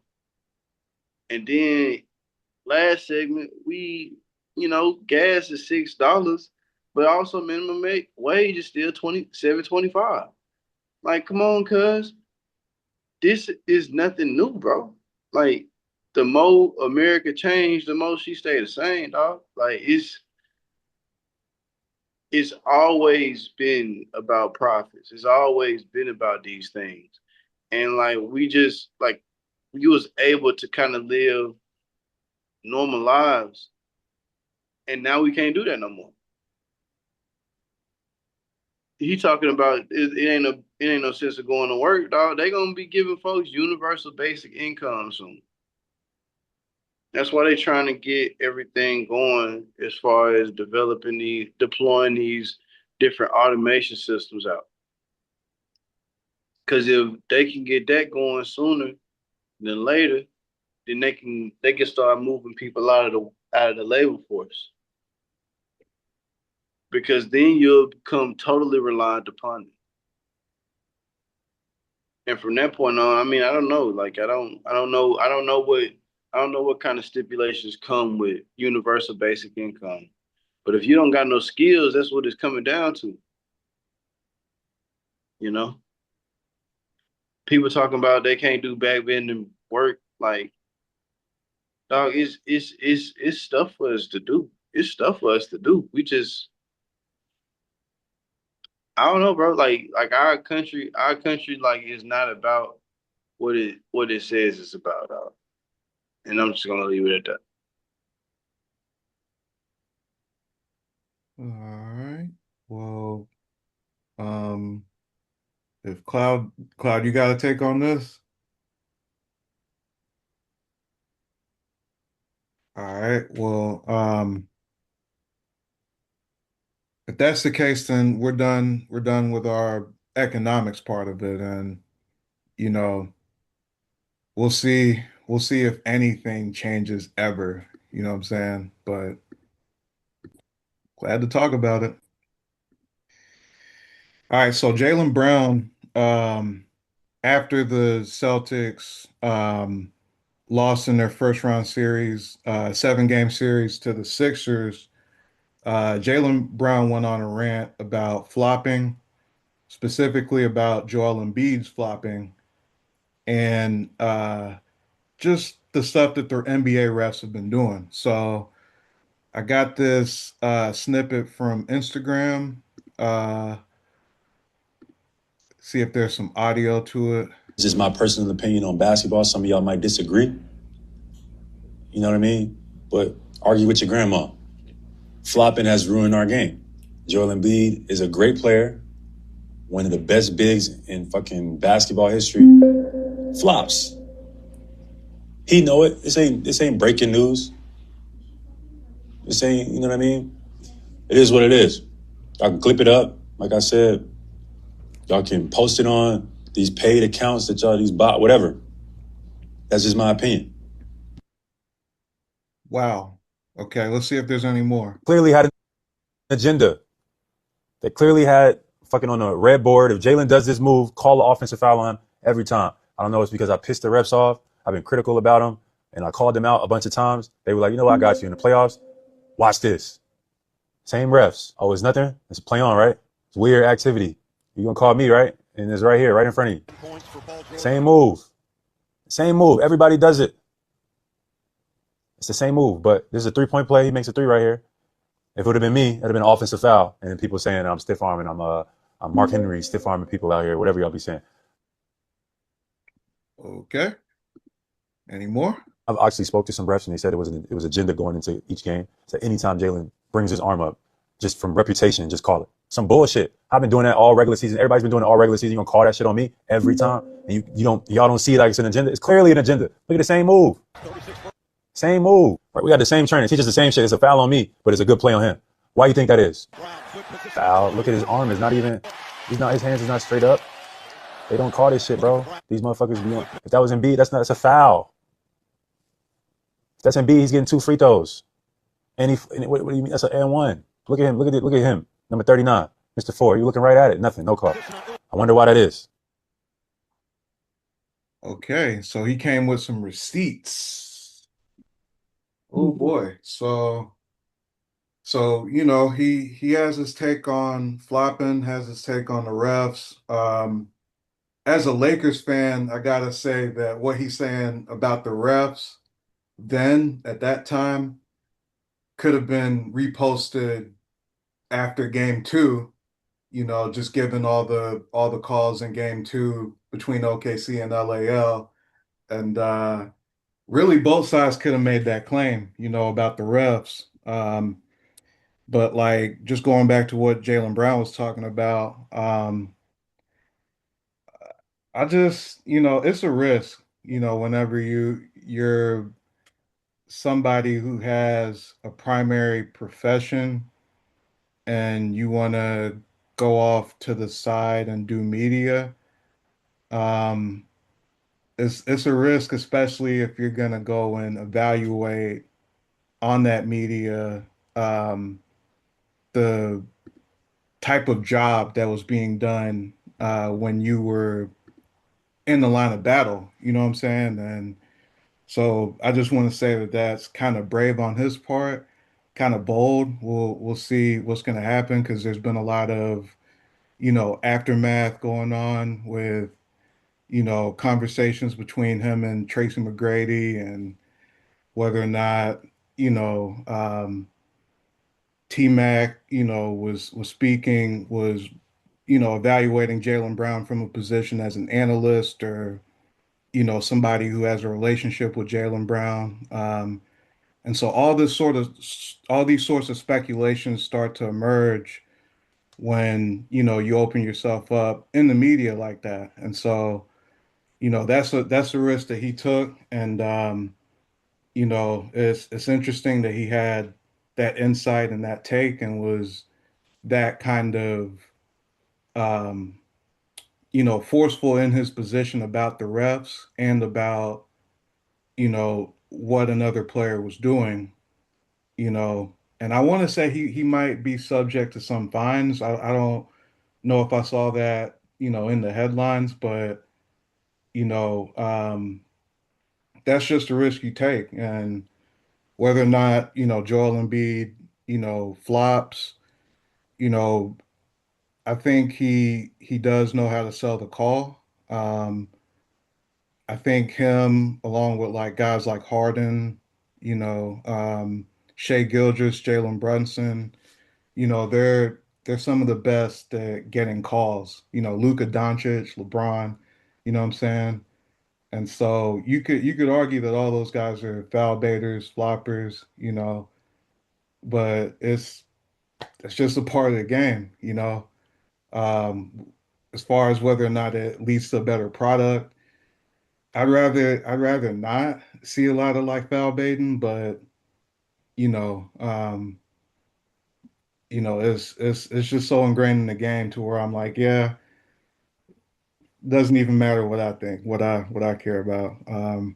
But it's just interesting, and it's going to be interesting to see if Jaylen Brown remains a Boston Celtic after this year. So that's that's my 2 cents on it. He's a ball guy for it. Hope he's still a Celtic, and we'll see. What you think? Either Phil or Kane or Cloud?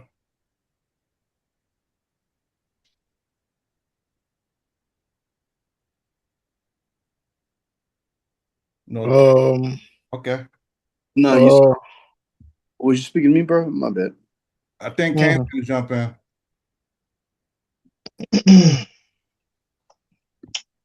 No cap. I forgot what I was going to say. My fault. Man, I think he man, if he wouldn't have lost 3 games in a row before saying all of this, it'd have probably a little bit more weight to it. Like, let's say he would have won and then said this, it might have had some weight to it. But man, like, even if he was right, he'll never look like he was right in this situation because they were the losers. And only the winners write the histories. Like, the losers could tell us, nah, it really went like this, but nobody's gonna consider that. So he kind of played himself, man. I don't think he's gonna be a Boston Celtic for too much longer. We're gonna talk about another topic soon. Can't wait to launch on that. Um, but Jaylen Brown is just he's already a polarizing figure within the league, and I think he's just gonna continue to become that. Luckily for him, he's made a few $100 million in the league, or at least he has $100 million contract. He'll be okay going forward, but he probably won't be a Boston Celtic for long at all. Agreed. I mean, honestly, they got too much money on their books anyway, bro. Like, they gotta break it up. They got to break it up. They're not winning no more championships. They're not better than OKC. They're not better than New York. They're not better than the 76ers. Yeah, I just hate how it went down because before the postseason started, I think most people would have had the Celtics coming out the East,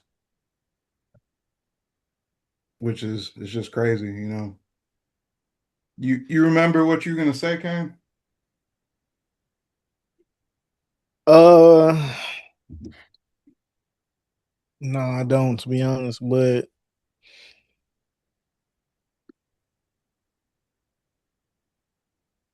the whole game wasn't his fouls.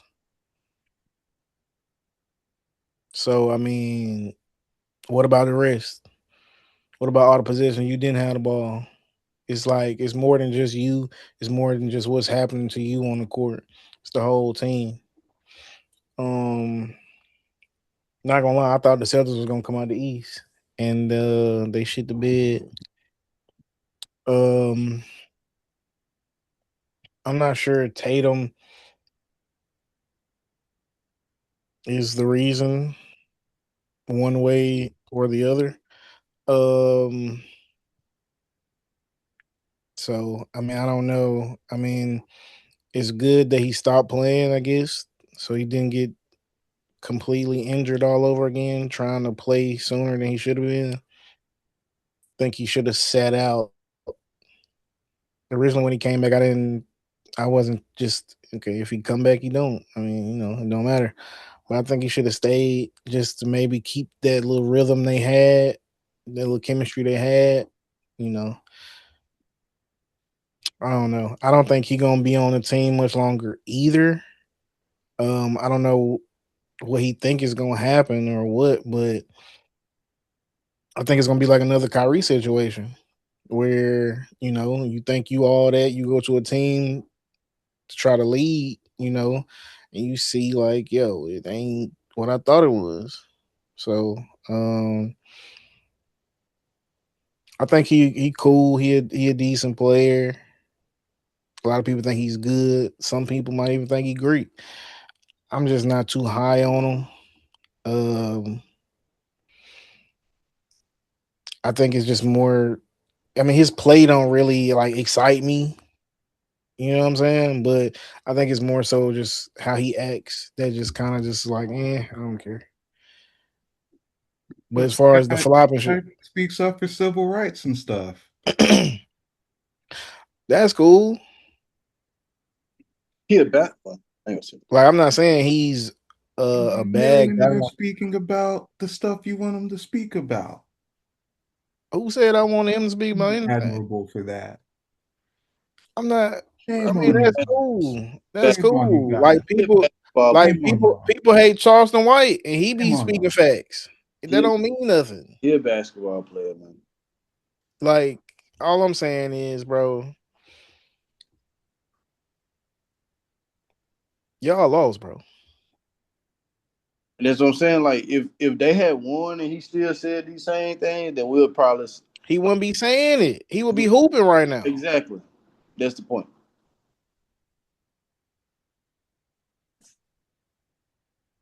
Like you played in them games, bro. And I mean, is it who fault is it that you ain't got no bag? That you can only do one move that the refs is calling. Like, change it up, bro. Do something else. They said he was called for like the second most offensive fouls in the league going into the playoffs. Hey man, listen, I'm not saying you lying or you wrong, bro. All I'm saying is Then they said, I was doing it in the regular season. See, that's how you know. The fans can't know more about the game than you do, guy. Even we know that you're not gonna get certain calls in the playoffs unless you a certain team. Wink, wink. you mean like OKC? Oh yeah, yeah. Yeah. I don't know. I think this shit When you play good, you put yourself in the right circumstances. I think this shit weak, bro. I mean, they lost. Who gives a fuck, bro? Get a Like, little favor.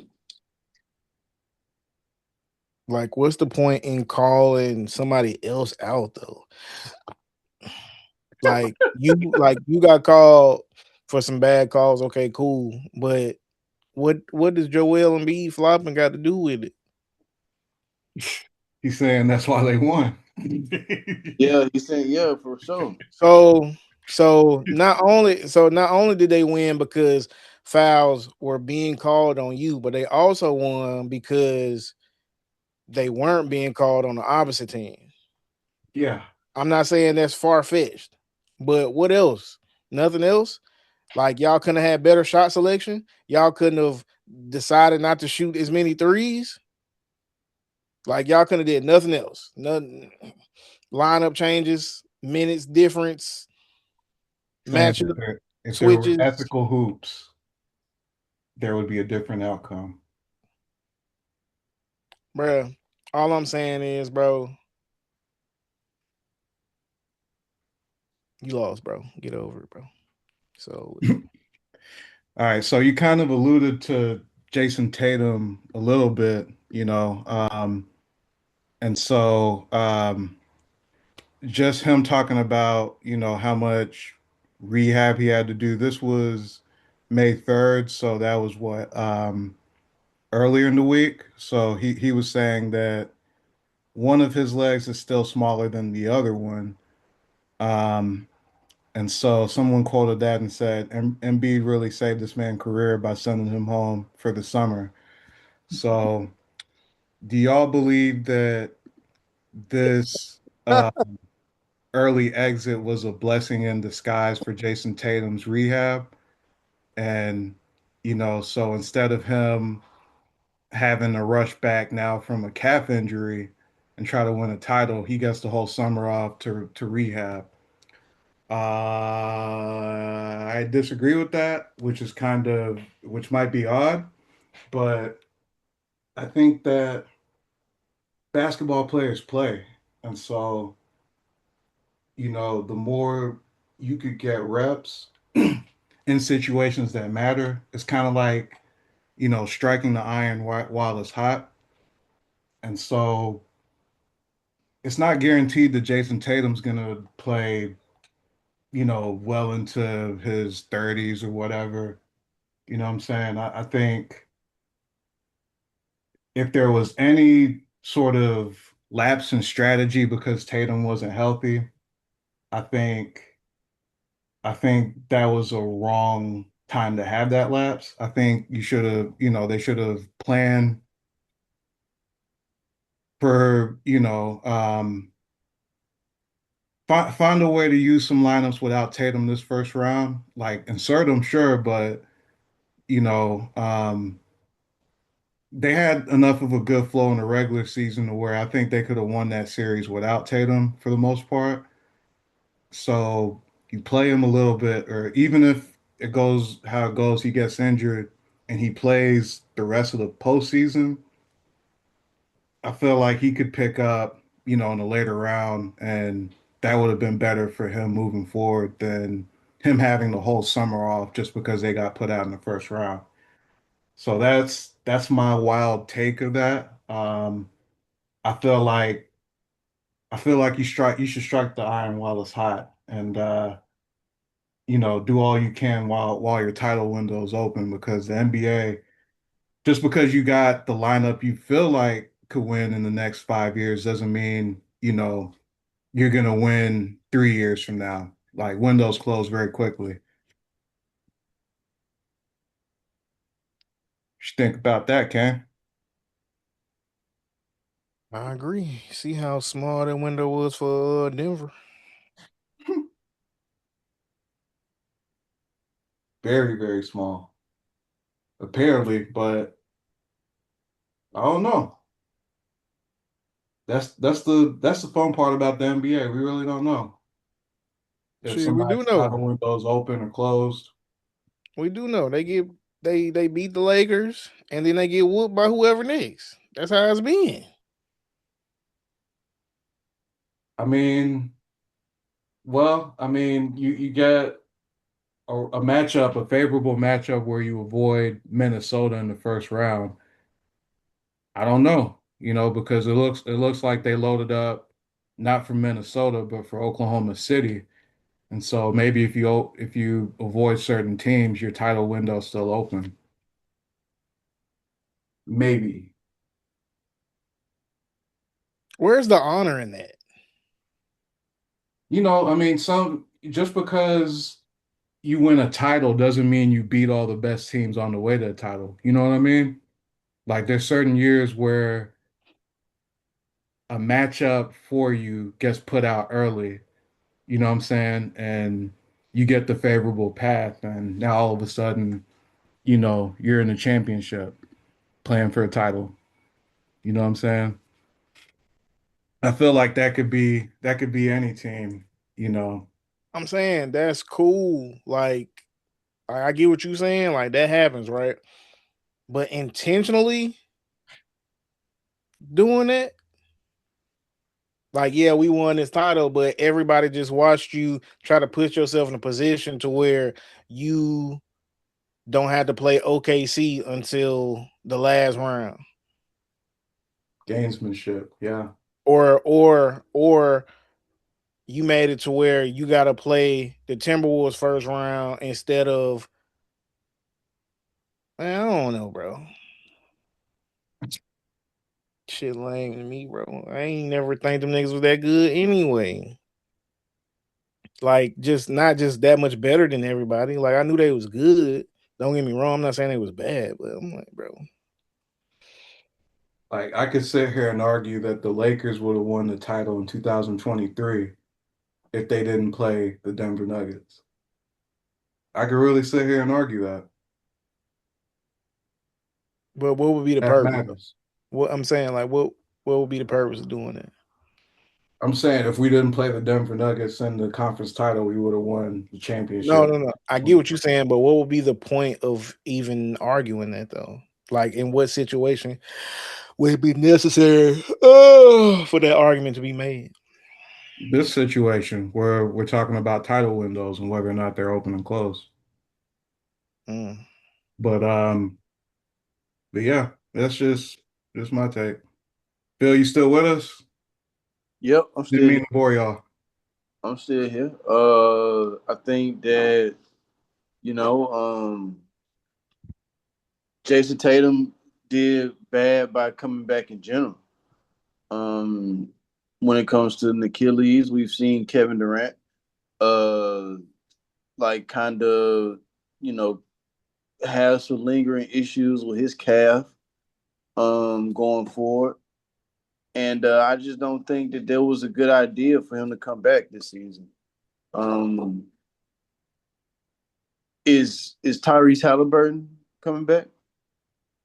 I mean, his team wasn't Right. deep playoffs, but they wasn't even thinking about that. Mm-hmm. What is that like? What setbacks could you have already could you have kept off from happening had you just not come back? They weren't. I think the best thing that Boston could have done was see how deep they can go with the Jaylen Brown only squad. So now you know who you could probably get some value for if you want to move off one of them. And like, of course, you always want to keep Jayson Tatum because that's who they secretly think is the better player. You know, Mm-hmm. they're not gonna just outwardly say that. You gotta put your money where your mouth is, so you paint Jaylen Brown. But we all know who we thought was the better player. Now we'll never be able to find that out now because they rushed Tatum back. And those 15, 16, 17 games that he played was not significant. Like, if we just want to be real, like he didn't do anything to like make them any better or worse. If anything, he probably like just fucked up the rhythm because he was playing so long. Yeah. But the problem is, man, ultimately is that when you have a franchise and you get guys on their second, third contract extension, you got to move off of something, man. Like the draft is always going to be the best place to get talent. Once guys start getting paid, once guys start getting in certain like tiers and contracts and shit, man, they start making all NBA teams. If you're not in a championship window, you need to move off these guys, man. And they probably waited too late to move off Brown and Taylor to get any realistic value for him. Because Tate damaged goods now. Like Tate got to prove that he actually gonna be worth something if they try to like shop him for anything. Especially when you got drafts like this one that's happening. Yeah. Like, it's nah, bro. You gonna no. You know why Oklahoma City where they are? You wanna know why the Spurs are coming the way they're coming? And why Minnesota can't get over the motherfucking hump? Is because these teams drafted better than them, bro. Like, shout out to the Spurs for getting the Dylan Harper and pairing it up with a De'Aaron Fox. And you know what I'm saying? Like in a Wembanyama. But it's other draft picks that they had along. I just don't know these guys' names. Like it's other Champagne. like they just like, for the Spurs or who you talking about? I'm talking about for the Spurs. I'm talking about the best teams in the league. Devin Vassell. The best teams Champagne got guys that are on rookie contracts or guys that they've had on their squad for that they own most of their bird years. And these guys are producing. You gotta think about it, T. Like as far as a window, bro.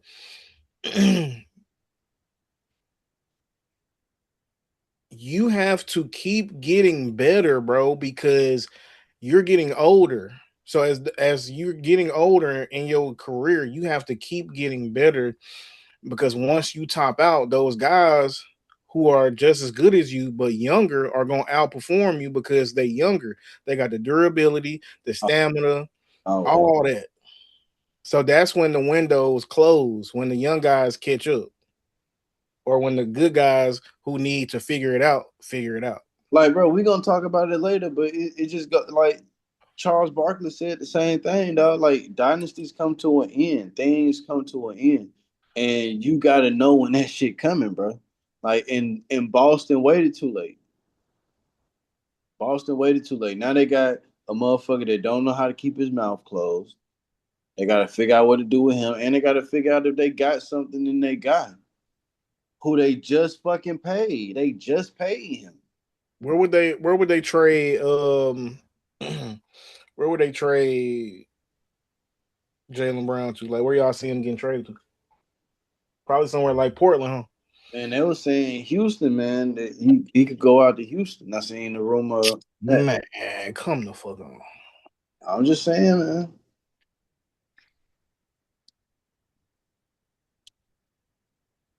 I think he getting traded to wherever careers go to die. Damn, so you think the Celtics will trade like Jaylen Brown for MPJ? Something like that, man. You know, if they got similar contracts, you know, that kind of like puts another. Now you got two light skinned niggas on your squad that like to shoot the ball. One of them gonna hit them bitches though. Talking about Michael Porter Jr. Yes, sir. Michael Porter Jr. The truth. He was. I'm glad all this shit with his health like eventually got worked out because he was a good player in high school. He one of my favorite players. Like not necessarily for his play, but I just feel like he a cool dude. Like he's somebody that, you know what I'm saying, I feel like I would be friends with. Cause he just be honest, bro. And not even like in no talking like crazy type of way or no like he just keep it honest. Like if you ask him something, he gonna keep it real. So what's the difference between him and Jaylen Brown in that regard?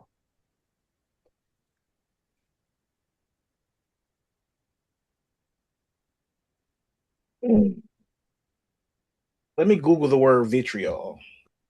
I think that's the word I'm trying to use.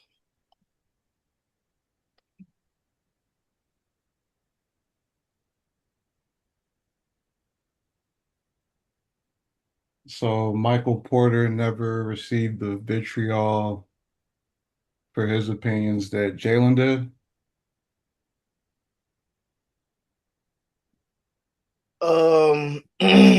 I just feel like Jaylen Brown when he speak, like not necessarily when he speaks, but like in this particular situation, he just sound bitter.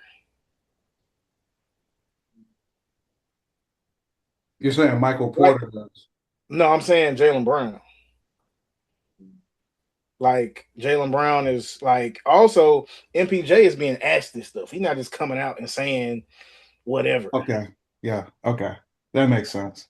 Like, but with Jaylen Brown, like when he talk about certain stuff, it comes from a place of just kind of bitterness or being upset. So So it's like people feel like it's like you whining or making proactivity versus reactivity. right. I guess yeah. Like imagine how different that would have been taken if he came out. What up, y'all? We lost, man. You know what I'm saying? They got the better of us. Hey, but this is my favorite season of my career, man. It's all good vibes. Don't worry. Don't worry. You know what I'm saying? Like, and then let somebody We gonna get him back. You feel me? And then instead of him saying that, somebody in the chat could have asked him that, and then he could have been honest.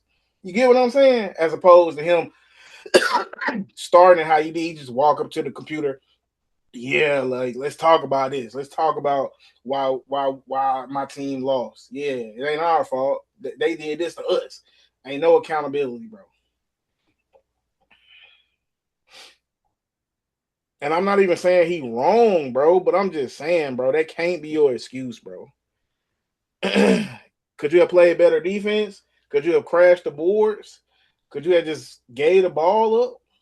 Could you have done anything? Set some picks, a free screen.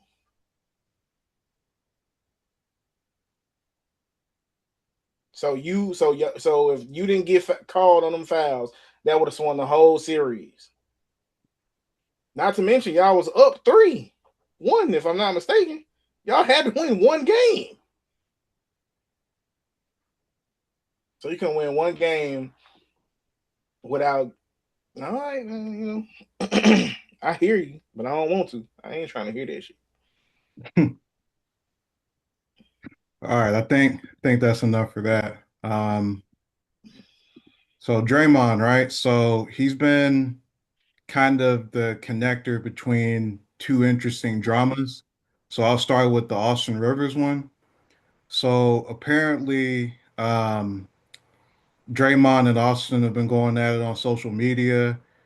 Austin originally called out Draymond for comments he made involving Steve Kerr, saying, that Steve Kerr, I want to say, could have given him more opportunities, like offensively, but at certain points in his career, he felt like he didn't. You want me to what's the name? And he talked about the Luke Walton era and how that was a time when he had better like offensive numbers. Um, but yeah, go ahead, Kane. If you feel like you got a good summary of it, go for it. Draymond was having kind of a reflection of his relationship with Steve Kerr. And that's what this is about. This wasn't about his career and like what could have been. They just clipped that part. Before like that was like 10 or 15 seconds of maybe 30 seconds to a minute of him talking, maybe even more. He said all this stuff about Steve Kerr, and he said like they bumped heads, they had their differences. And then at the end of saying all that, he was like, as much as he did for me, and like he was saying, like, I got issues with him, but I'll do anything he asked me to do. I'll run through a wall for him. Like, you get what I'm saying? Like, I didn't take nothing he said wrong or nothing. I feel like everybody took it out of context because they only saw that clip. Like, just the clip of the clip. And he went on to say, as much as Steve Kerr has done for me, I feel like in some ways he may have hindered me because ever since Kevin Durant came, since 2016, 10 years ago, there has been 0 plays ran for him. Now, that is a logical thought. Okay, before you go into your take, so just to finish the context, so it was in the context of that Austin Rivers challenged Draymond to one-on-one. Then they went back and forth talking about basically Draymond having a better career in the NBA, 4 championships. Austin Rivers talking about him being the number one high school player and being very dominant early. And fast forward to Charles Barkley. So he got into, one-on-one with him as well, talking about their careers. And Draymond talked about Barkley's time with Houston and how, that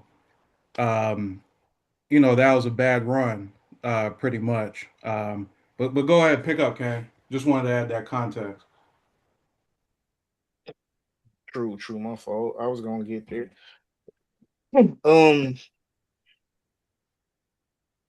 So from what I saw from the original Austin, I almost said Austin Powers, Austin Rivers clip, it was on the Dan Patrick show, and they only play where part of me feels like Steve Kerr may have hindered my career because So Austin Rivers was like, what the why would you think like you like one of the greatest, the smartest? There's no way you seriously think that this man hindered your career. That's all he saw. I'm not like, and from my understanding, that was his first time seeing it. So Austin Rivers was kind of set up. even still, I can see why Draymond would take like offense to it because of him saying I'm bewildered by the thought that he would actually believe this or say this on camera. Like I can't, like he's delirious. Like this is like he needs to stop it. This is ridiculous, utterly ridiculous, saying stuff like that.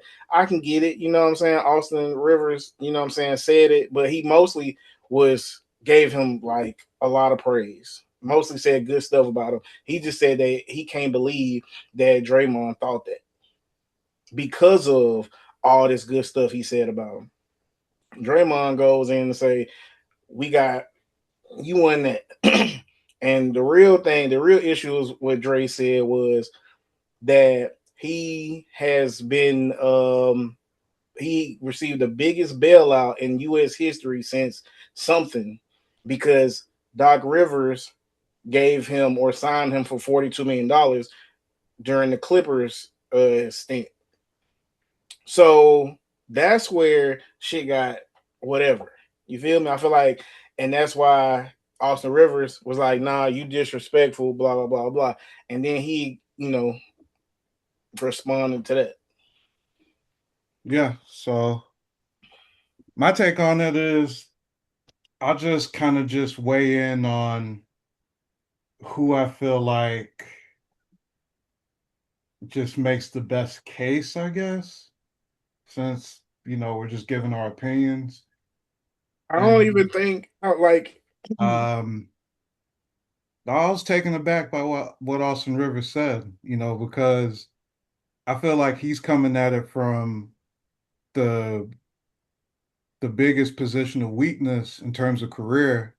Like this is a conversation where a guy like that, you'd probably advise him not to say anything, because you didn't, even though you had a double-digit NBA career, which I would look at as a success, but most people look at Austin Rivers and say he didn't live up to the expectation. Like we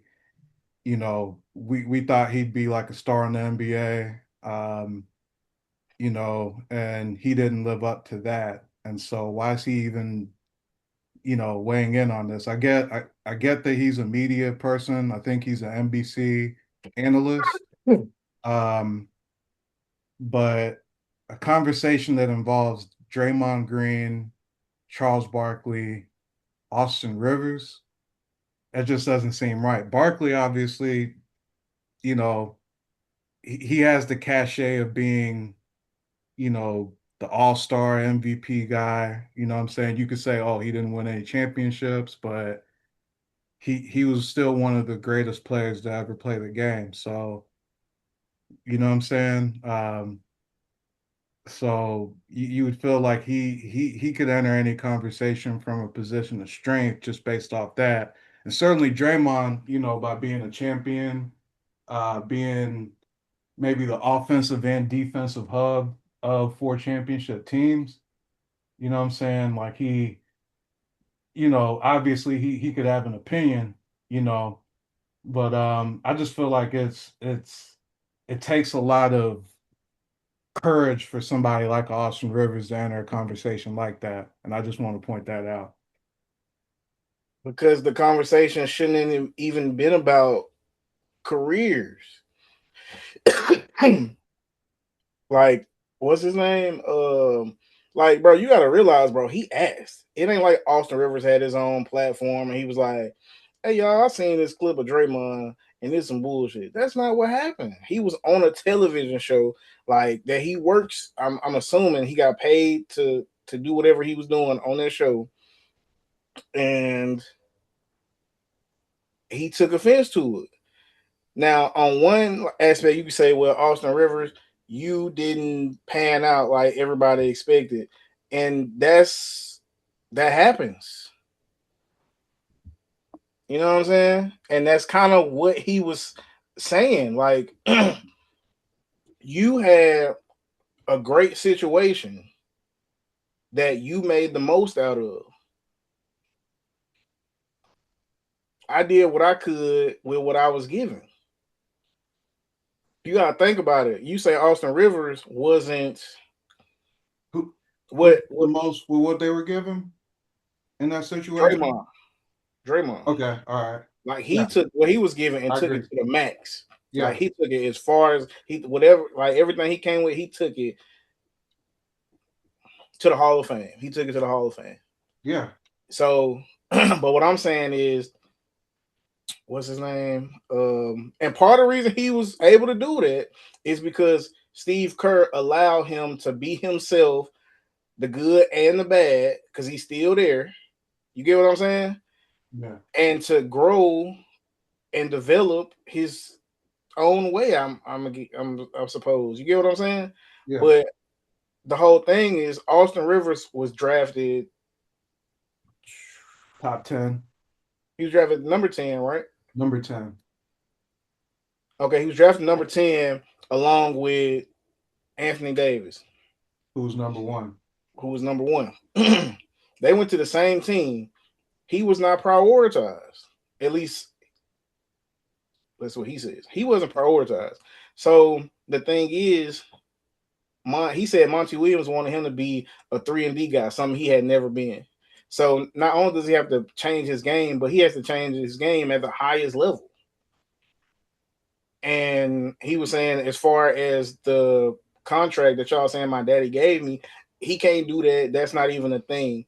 Yeah, I did it in a year. I mean, he was like, first of all, I earned it because he was like, I did this and played good, and then I earned that contract. But y'all saying that I'm lucky because I got signed, I got my contract in a year they was giving away money. And you know that, I mean, don't just say like I ain't earned it, because that's why he took it there. Like, don't just say I ain't earned it. I earned that. You know what I'm saying? And he was like, hey, I ain't did as much as you. You know what I'm saying? I'm not arguing it. Your career is undebatable. Nobody can say nothing to change what you done did. You going to the Hall of Fame, but don't be trying to play me like that. As far as Draymond and Chuck, Draymond just, bro, he just an insecure, emotional type nigga, bro. That's got to be what it is. Anytime somebody says something about Draymond, he feel the need to take shots and, you know, take it there and be disrespectful in his response. That's it's probably a compilation of people. A lot of people. It's probably a compilation. You can probably put together a compilation of people commenting on Draymond and then him being on his podcast and responding and going on, like, talking about them. So you want to talk about someone who's honest, like MPJ? Draymond's honest. It ain't even like, I don't think that's questioned though. I don't think nobody's questioning about whether he's honest or a liar. It's just what's necessary. Like, so nobody can say nothing about you, bro. No, he's just saying if you say something about him, he's gonna say something back about you. I mean, I guess just the landscape of being in the media, you know, you see it a lot with Stephen A. You know, you see it a lot with Skip Bayless. Somebody says something to them, they're gonna say something back. I mean, I kind of understand it though, because I feel like maybe it's like a brotherhood thing. Like, if we both played in the league, you're not supposed to comment on me or whatever. Because, I mean, whether it's Trae Young, Pat Beverly, D Wade, Pat Beverly, like, if a player comments on another player, they're going to come back with razor blades and lemon juice. They smoke now. So that's how that works, I guess. But with him and Charles Barkley, that shit was lame as fuck. Nobody laughed. Nobody thought it was funny. And it's just not cool, bro. Like, you're not Shaq, bro. Like, you don't have the same equity in the game. Like, y'all, you not they homies. Y'all ain't been cool. Oh no, like that. I don't know about that. Well, I'm just saying, like, y'all haven't, like, no, I'm not saying they not cool or they not on good terms. What I'm saying is, bro, it's just not the same. They've been doing that show for probably 10, 15, 20 years. At some point, they had to bring on Shaq because it was originally Kenny and Kenny and Chuck were Ernie. But what I'm saying is, whether it's Shaq or whoever, they all joke about each other and talk about their careers and not winning and stuff because, like, that's their type of relationship. Yeah, and they talk about each other too. You get what I'm saying? Yeah. But what I'm saying is that's their relationship. Yes. So Like what I'm saying is, if you don't have that relationship, you can't take it that far necessarily. yeah, because like you said, like what Charles Barkley say that was wrong. His comment was that their window was closing. Right. Maybe Draymond feels like they got another run. They just signed Steve Kerr.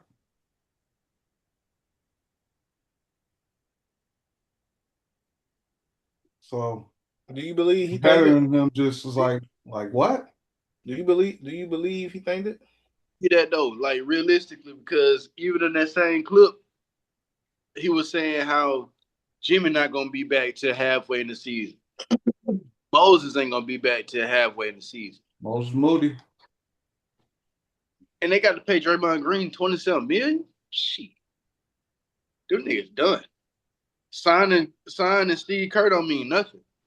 Mm-hmm.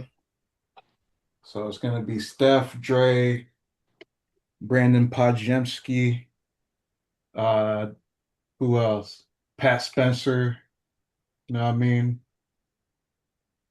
I don't know, man. The West be changing on folks every year. Man, OKC not finna start being good. The Spurs not finna start being good.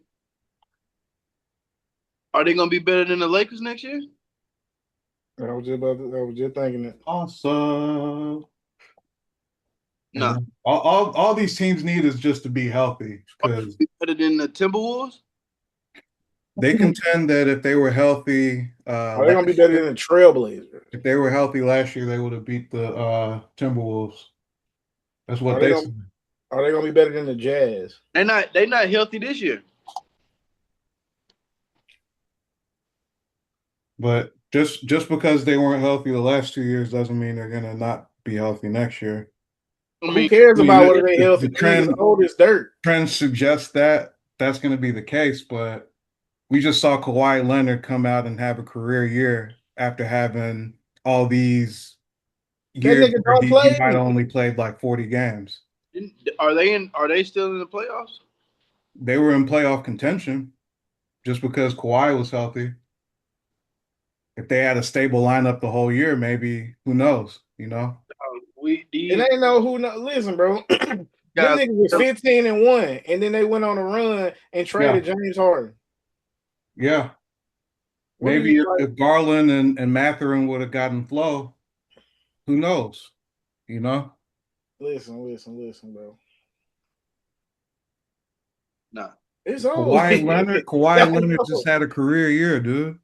Do you hear what I'm saying? Like at 35 years old, he just had averaged the most points he's averaged in his career. Why? That's Kawhi Leonard. You feel me? Kawhi. That's Kawhi Leonard. What they got to do with the Golden State Warriors? I'm saying title windows. It's really hard to. It's almost like the NBA's the NFL now, where it's like, hold on, wait a second. You could just have a team just pop up out of nowhere, be old, and nah, Tom. They're talking about like the Elway Broncos. They're talking about what Matt Stafford just did last year. That shit could happen, dog. Y'all don't believe it. That shit could happen. Nah. You just talking, bro, because I know you're not trying to say just because Kawhi Leonard had a career season, right? That means that the Golden State Warriors could be a title contender. No, hold on. No. They could. Hold on. Are you saying just because Kawhi Leonard had a career year that they window was open this year? Even with Garland and whoever else you just named. If he had some help, their title window was open. Because it wasn't about him being old. It was just about him not having help. What I'm saying, Stay with me, man. he's old. Hold on, he's old. His whole team ain't old. Jimmy Butler is not young. Stephen Curry is not young. Draymond Green is old as hell. Does that mean they can't play an 82-game season? Yes. Yeah. Y'all sure? So everybody gonna get hurt. Everybody gonna fall off a cliff. Jimmy Butler is gonna enter the season hurt. And when he comes back, you feel like he's gonna have to get in shape. Hold on. They'd be out of playoff contention by then. Say that again. And when he comes back, say that part again. Say that. So that again. You said, what did I say when he comes back? Look, he said. Phil said he gonna be injured half the season next year, and then you said when he comes back or something. Then what did you say that again? Ask that again. I gotta answer. Did I say? I don't know what I said when he comes back. You said when he comes back. You said, and then when he comes back, and Phil answered you. So what I'm saying, ask me when he comes back. When he comes back, he gonna be old as fuck. What are you not talking? What are you not listening? All them niggas old as fuck, and the young niggas is not that good. I'm sorry. Look, man, we've seen NBA players at 37 years old rewrite history, right? Where it's like your best player at 37 could be a #1 option on a title contender. That could happen.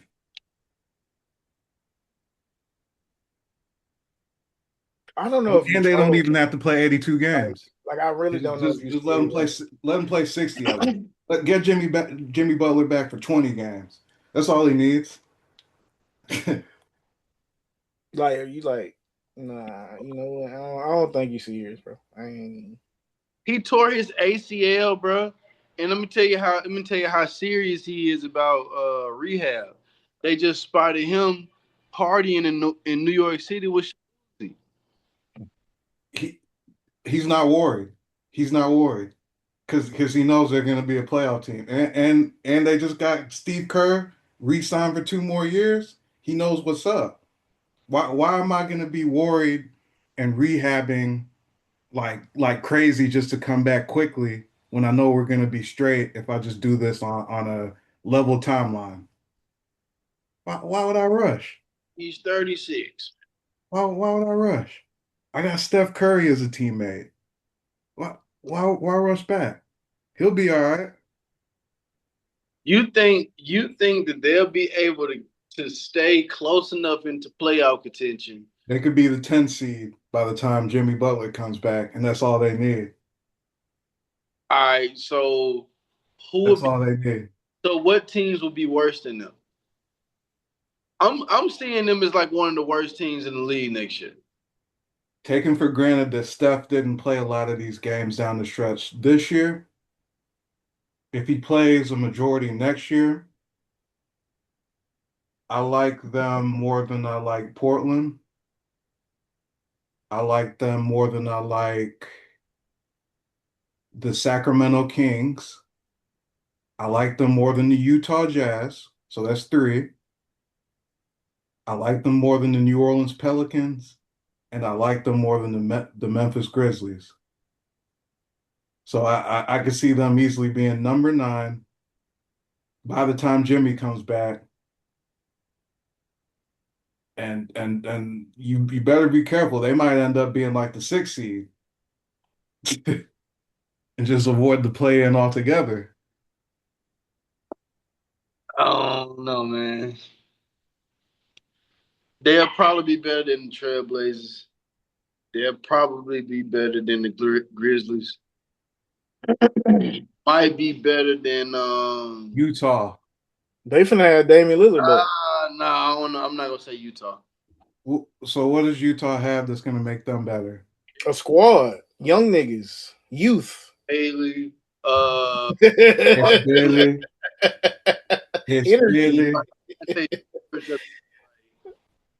They got some guys, bro. Availability. The Warriors got young guys too now. They got Jared Jackson, the guy who they should have traded for. They got mid. They got some mid over there. Bro, all of their draft picks, all of the good draft picks that they had missed. They missed. They missed, bro. What happens when you're the They Golden missed State on Warriors? Wiseman. They missed on Wiseman. They missed on Patrick McCall. They missed on Jonathan Kuminga. They missed on Podziemski. They missed on him. They missed on Moses Moody. Questionable on the last three, but I'm with you. They should have traded Kuminga for AD. So did they not win a championship with them last three guys? Kuminga, Moody, and well, Brandon Pod, no, but Brandon Pod, he be hooping. Why? Hey, listen, just keep it 1,000, right? You like playing devil's advocate right now. Nah, right? I'm like the Golden State Warriors are going to be in the playoffs next year. You just heard it here first. Hell no, team. Hell no. They're going to get bounced in the play-in yet again. You drinking Everclear over there, ain't it? No, sir. You tweaking. Bro, they only got one center on the team. Or they got Kristaps Porzingis. Oh, okay. AP, Al Horford. That nigga. One more year, Ken. One more year. But Kristaps only played like 40, 50 games out the year. That's all we need. Just be healthy down the stretch like you were in 24. And finish the job like in 24. Make some threes, block some shots when we go. Nah, hell nah. They got Seth Curry on the squad, bro. I ain't gonna lie, bro. This shit crazy, bro. Like, I ain't even gonna hold you, bro. Splash Brothers. It's whatever though, man. All right, so I guess we done with that. D'Anthony Melton gonna be somebody. I mean, he be hooping. I've seen him hoop in Philly and in Golden State. I've seen him do some things. He's not necessarily Sean Livingston, but I'm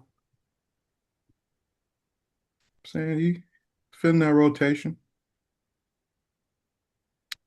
Maybe so. So anything on the playoffs? So got Knicks up 3-0, Detroit up 2-1, I think. San Antonio up 2-1, OKC up 3-0. Anything on that? Or you know what I'm saying? We just it's gonna be like word, I think Cade is doing his thing. I don't know, man. A lot of people seem to have Cleveland coming out the East, but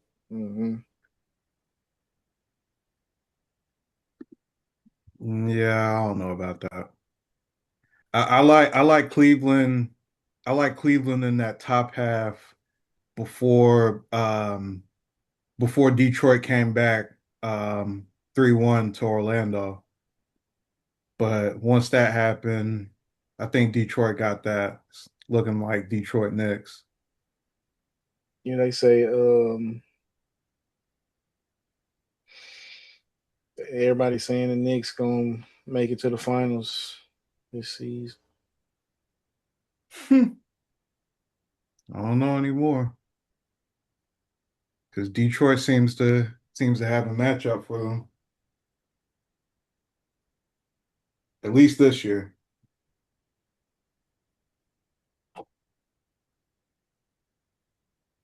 Any playoff takes, Phil, or we good? Man, I think I was wrong about Victor Wembanyama, for sure. He's proven to be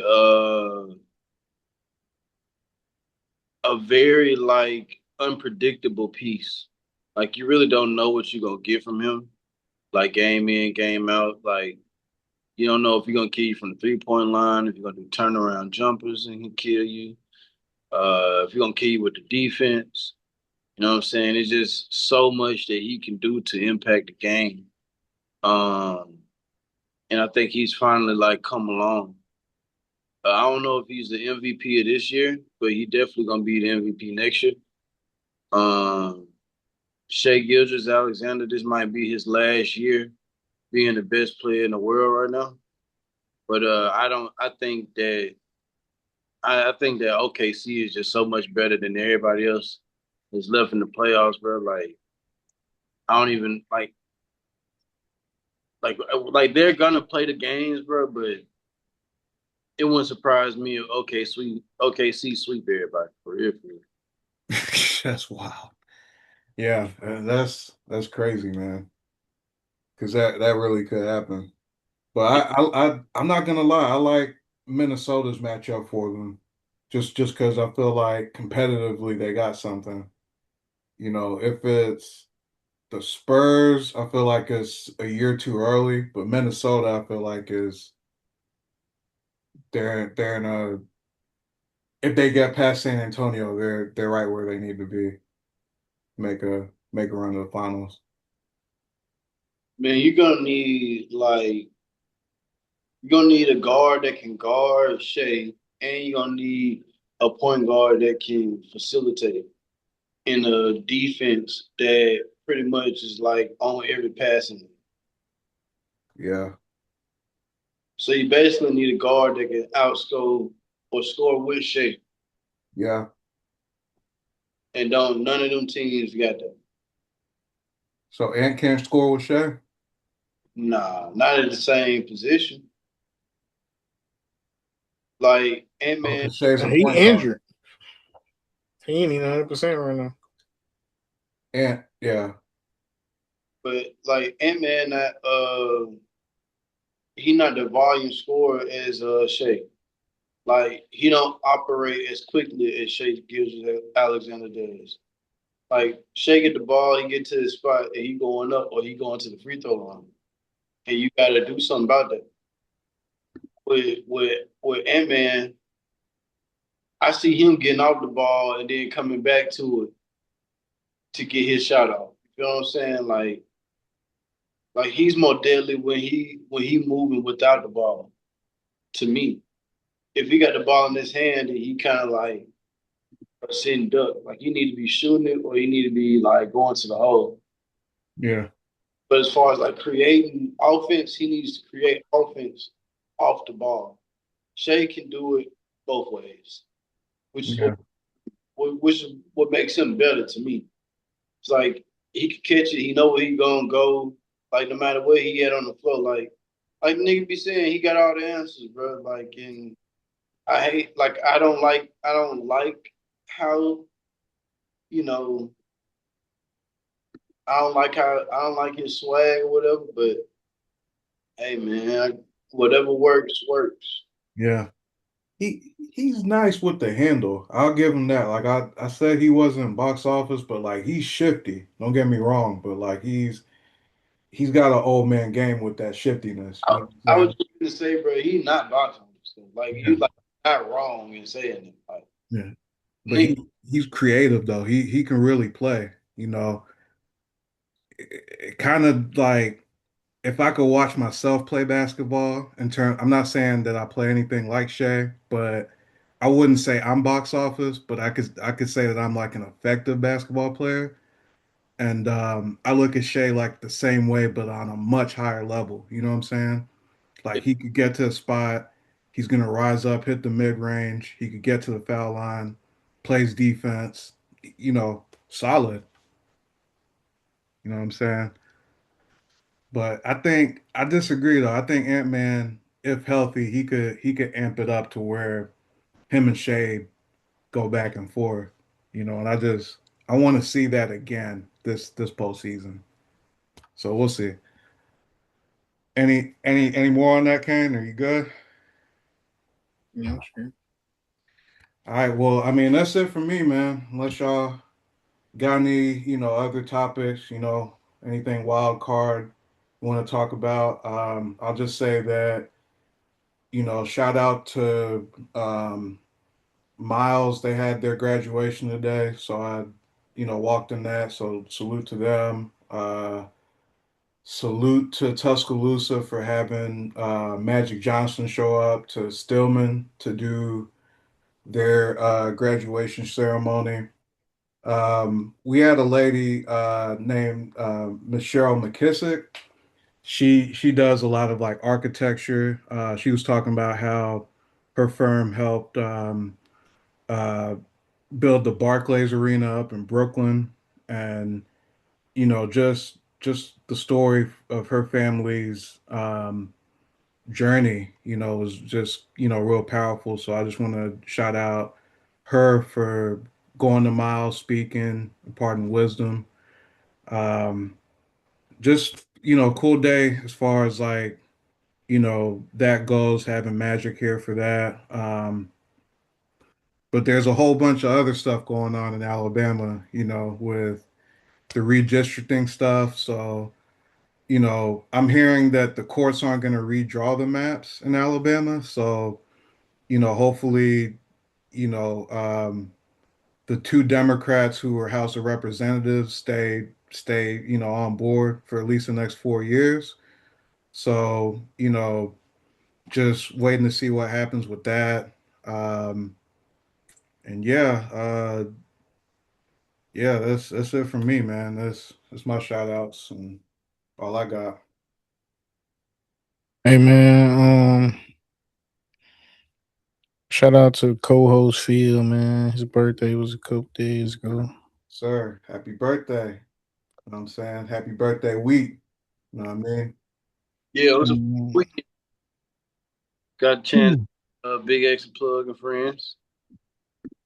yeah. That's cool, man. If I do want to say something. I know it's nothing related to what we talked about today, man.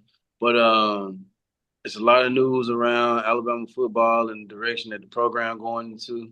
They just re-signed Kalen DeBoer to a contract extension, and Joel Klatt pretty much made the statement that the team got worse from year one to year two.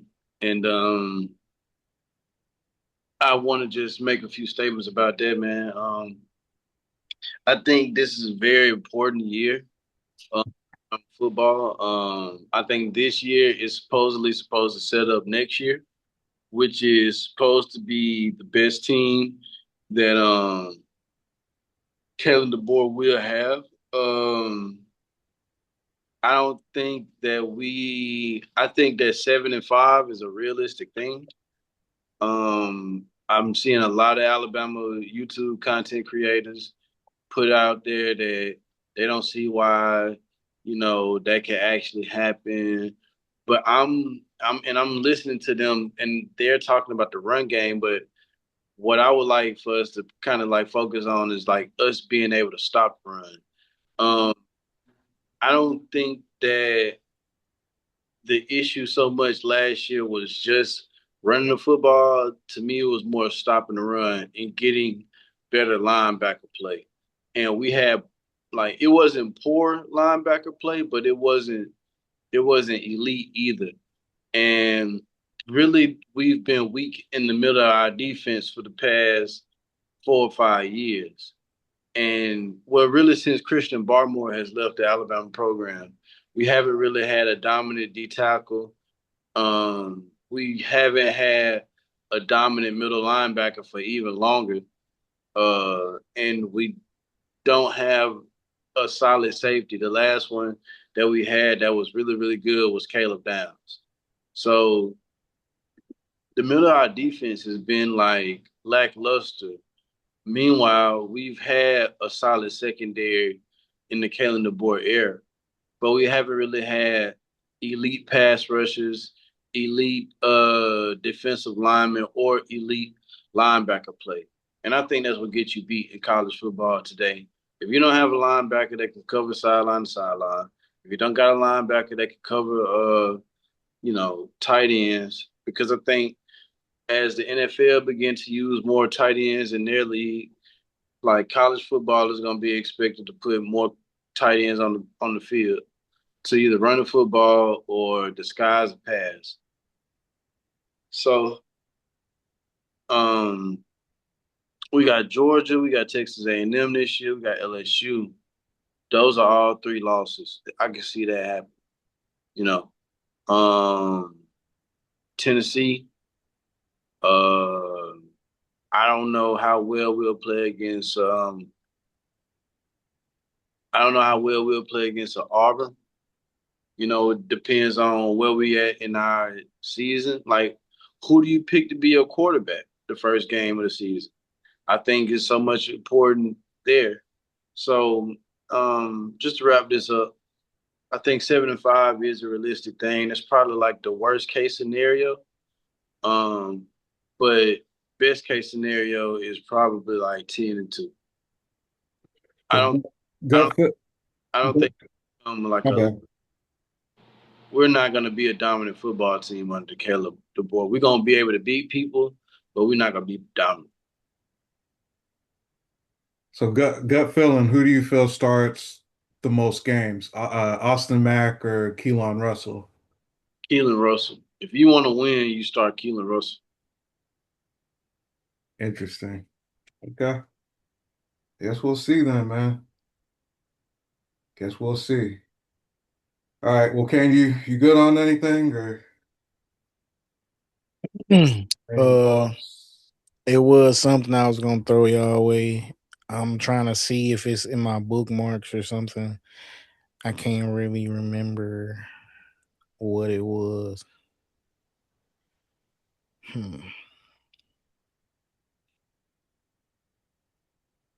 Talk amongst y'all. See. I ain't got nothing to say, man. But yeah, dog. If I think Keelan Russell got the highest ceiling, man. Like if Keelan wasn't as if he wasn't as far as long as I think he is now, then I would have been like, yeah, go ahead, go with Austin.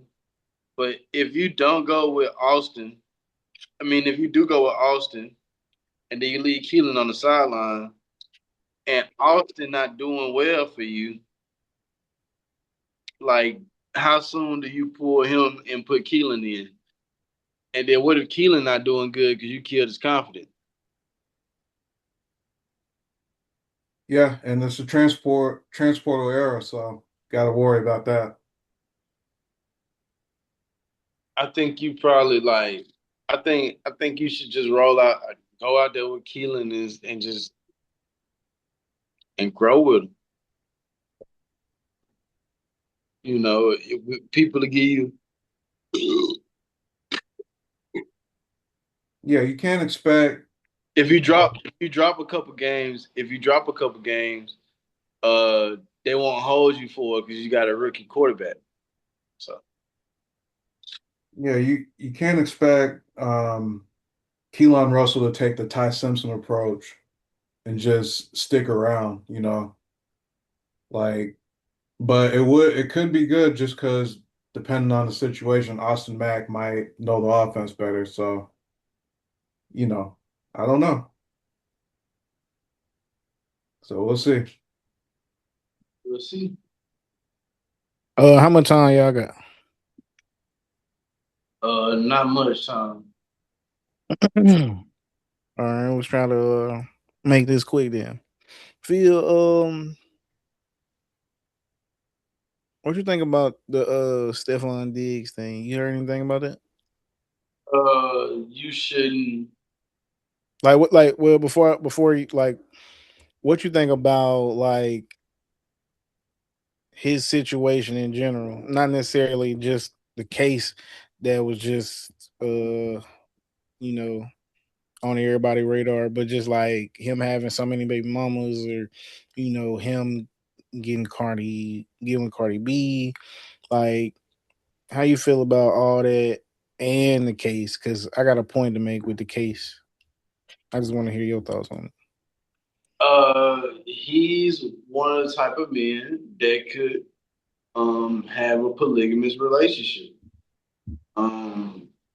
If America allowed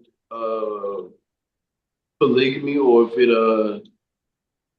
if polygamy was legal in America, like where you could get married to multiple women, this wouldn't be as much of an issue.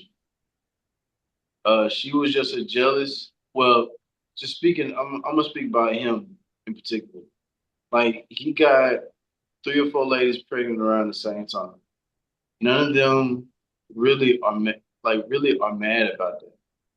Even so much so that the woman that he is most outwardly appearing with, she doesn't seem like she is really disturbed by him having so many different connections with all these women at the same time. Like that's crazy to be going inside women like that all at the same time, and and they don't like remotely like you're not responsible for them. So I think if there was a more acceptance of polygamy just in general, um, we wouldn't have to have like we wouldn't think that certain topics are taboo.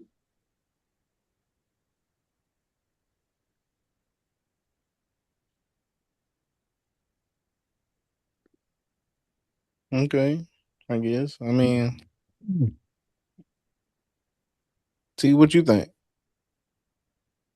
I haven't really followed the details, so not sure. Like about about Stefon Diggs in general, or just the case? Just in general, I guess. Just I'm not too well versed on it. Well, this is my thing. The case, I guess, I'm not really too versed on the case either myself.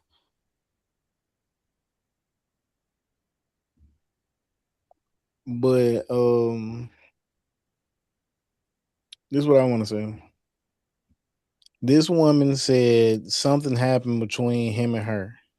She was an in-house chef, and everybody was saying because she had a BBL, he was clapping, and she just wasn't no chef. So whatever happened, I don't know what was going on in the case, but apparently she was on video dancing. And I'm assuming that this clip of her dancing was supposed to be right after the alleged abuse or whatever the case was about. And I just remember somebody asking, like, so you were like completely sore or not able to whatever, and she was like, yeah. And then there's this video of her dancing like, oh yeah, I'm finna hit the jackpot, like, the little happy dance, look, like, you get what I'm saying, like she on camera doing some stuff like that after you know allegedly he just beat her up or something, I don't know. So I said all that to say, man, I think people who lie on people, put false allegations on people, should bear some type of consequence for that.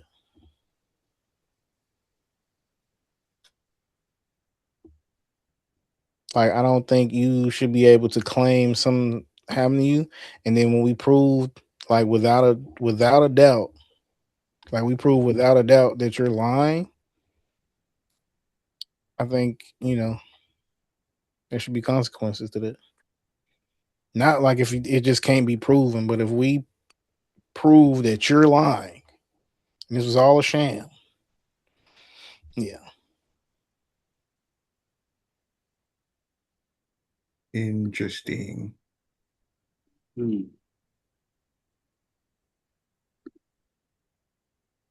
right. I guess, is that a wrap or? I guess, man, it seemed like y'all ready to wrap it up. My fault. I should just I should have just let us go instead of. No, man. No, that was good. All right. So hopefully we'll have something a little better, more interesting next time. Until then, episode 24, it's a wrap. Appreciate y'all for being here. Salute to y'all boys. You know what I'm saying? Let me get the gallery back up, okay? Salute to y'all boys. You know what I'm saying? Hope to do this again pretty soon. So.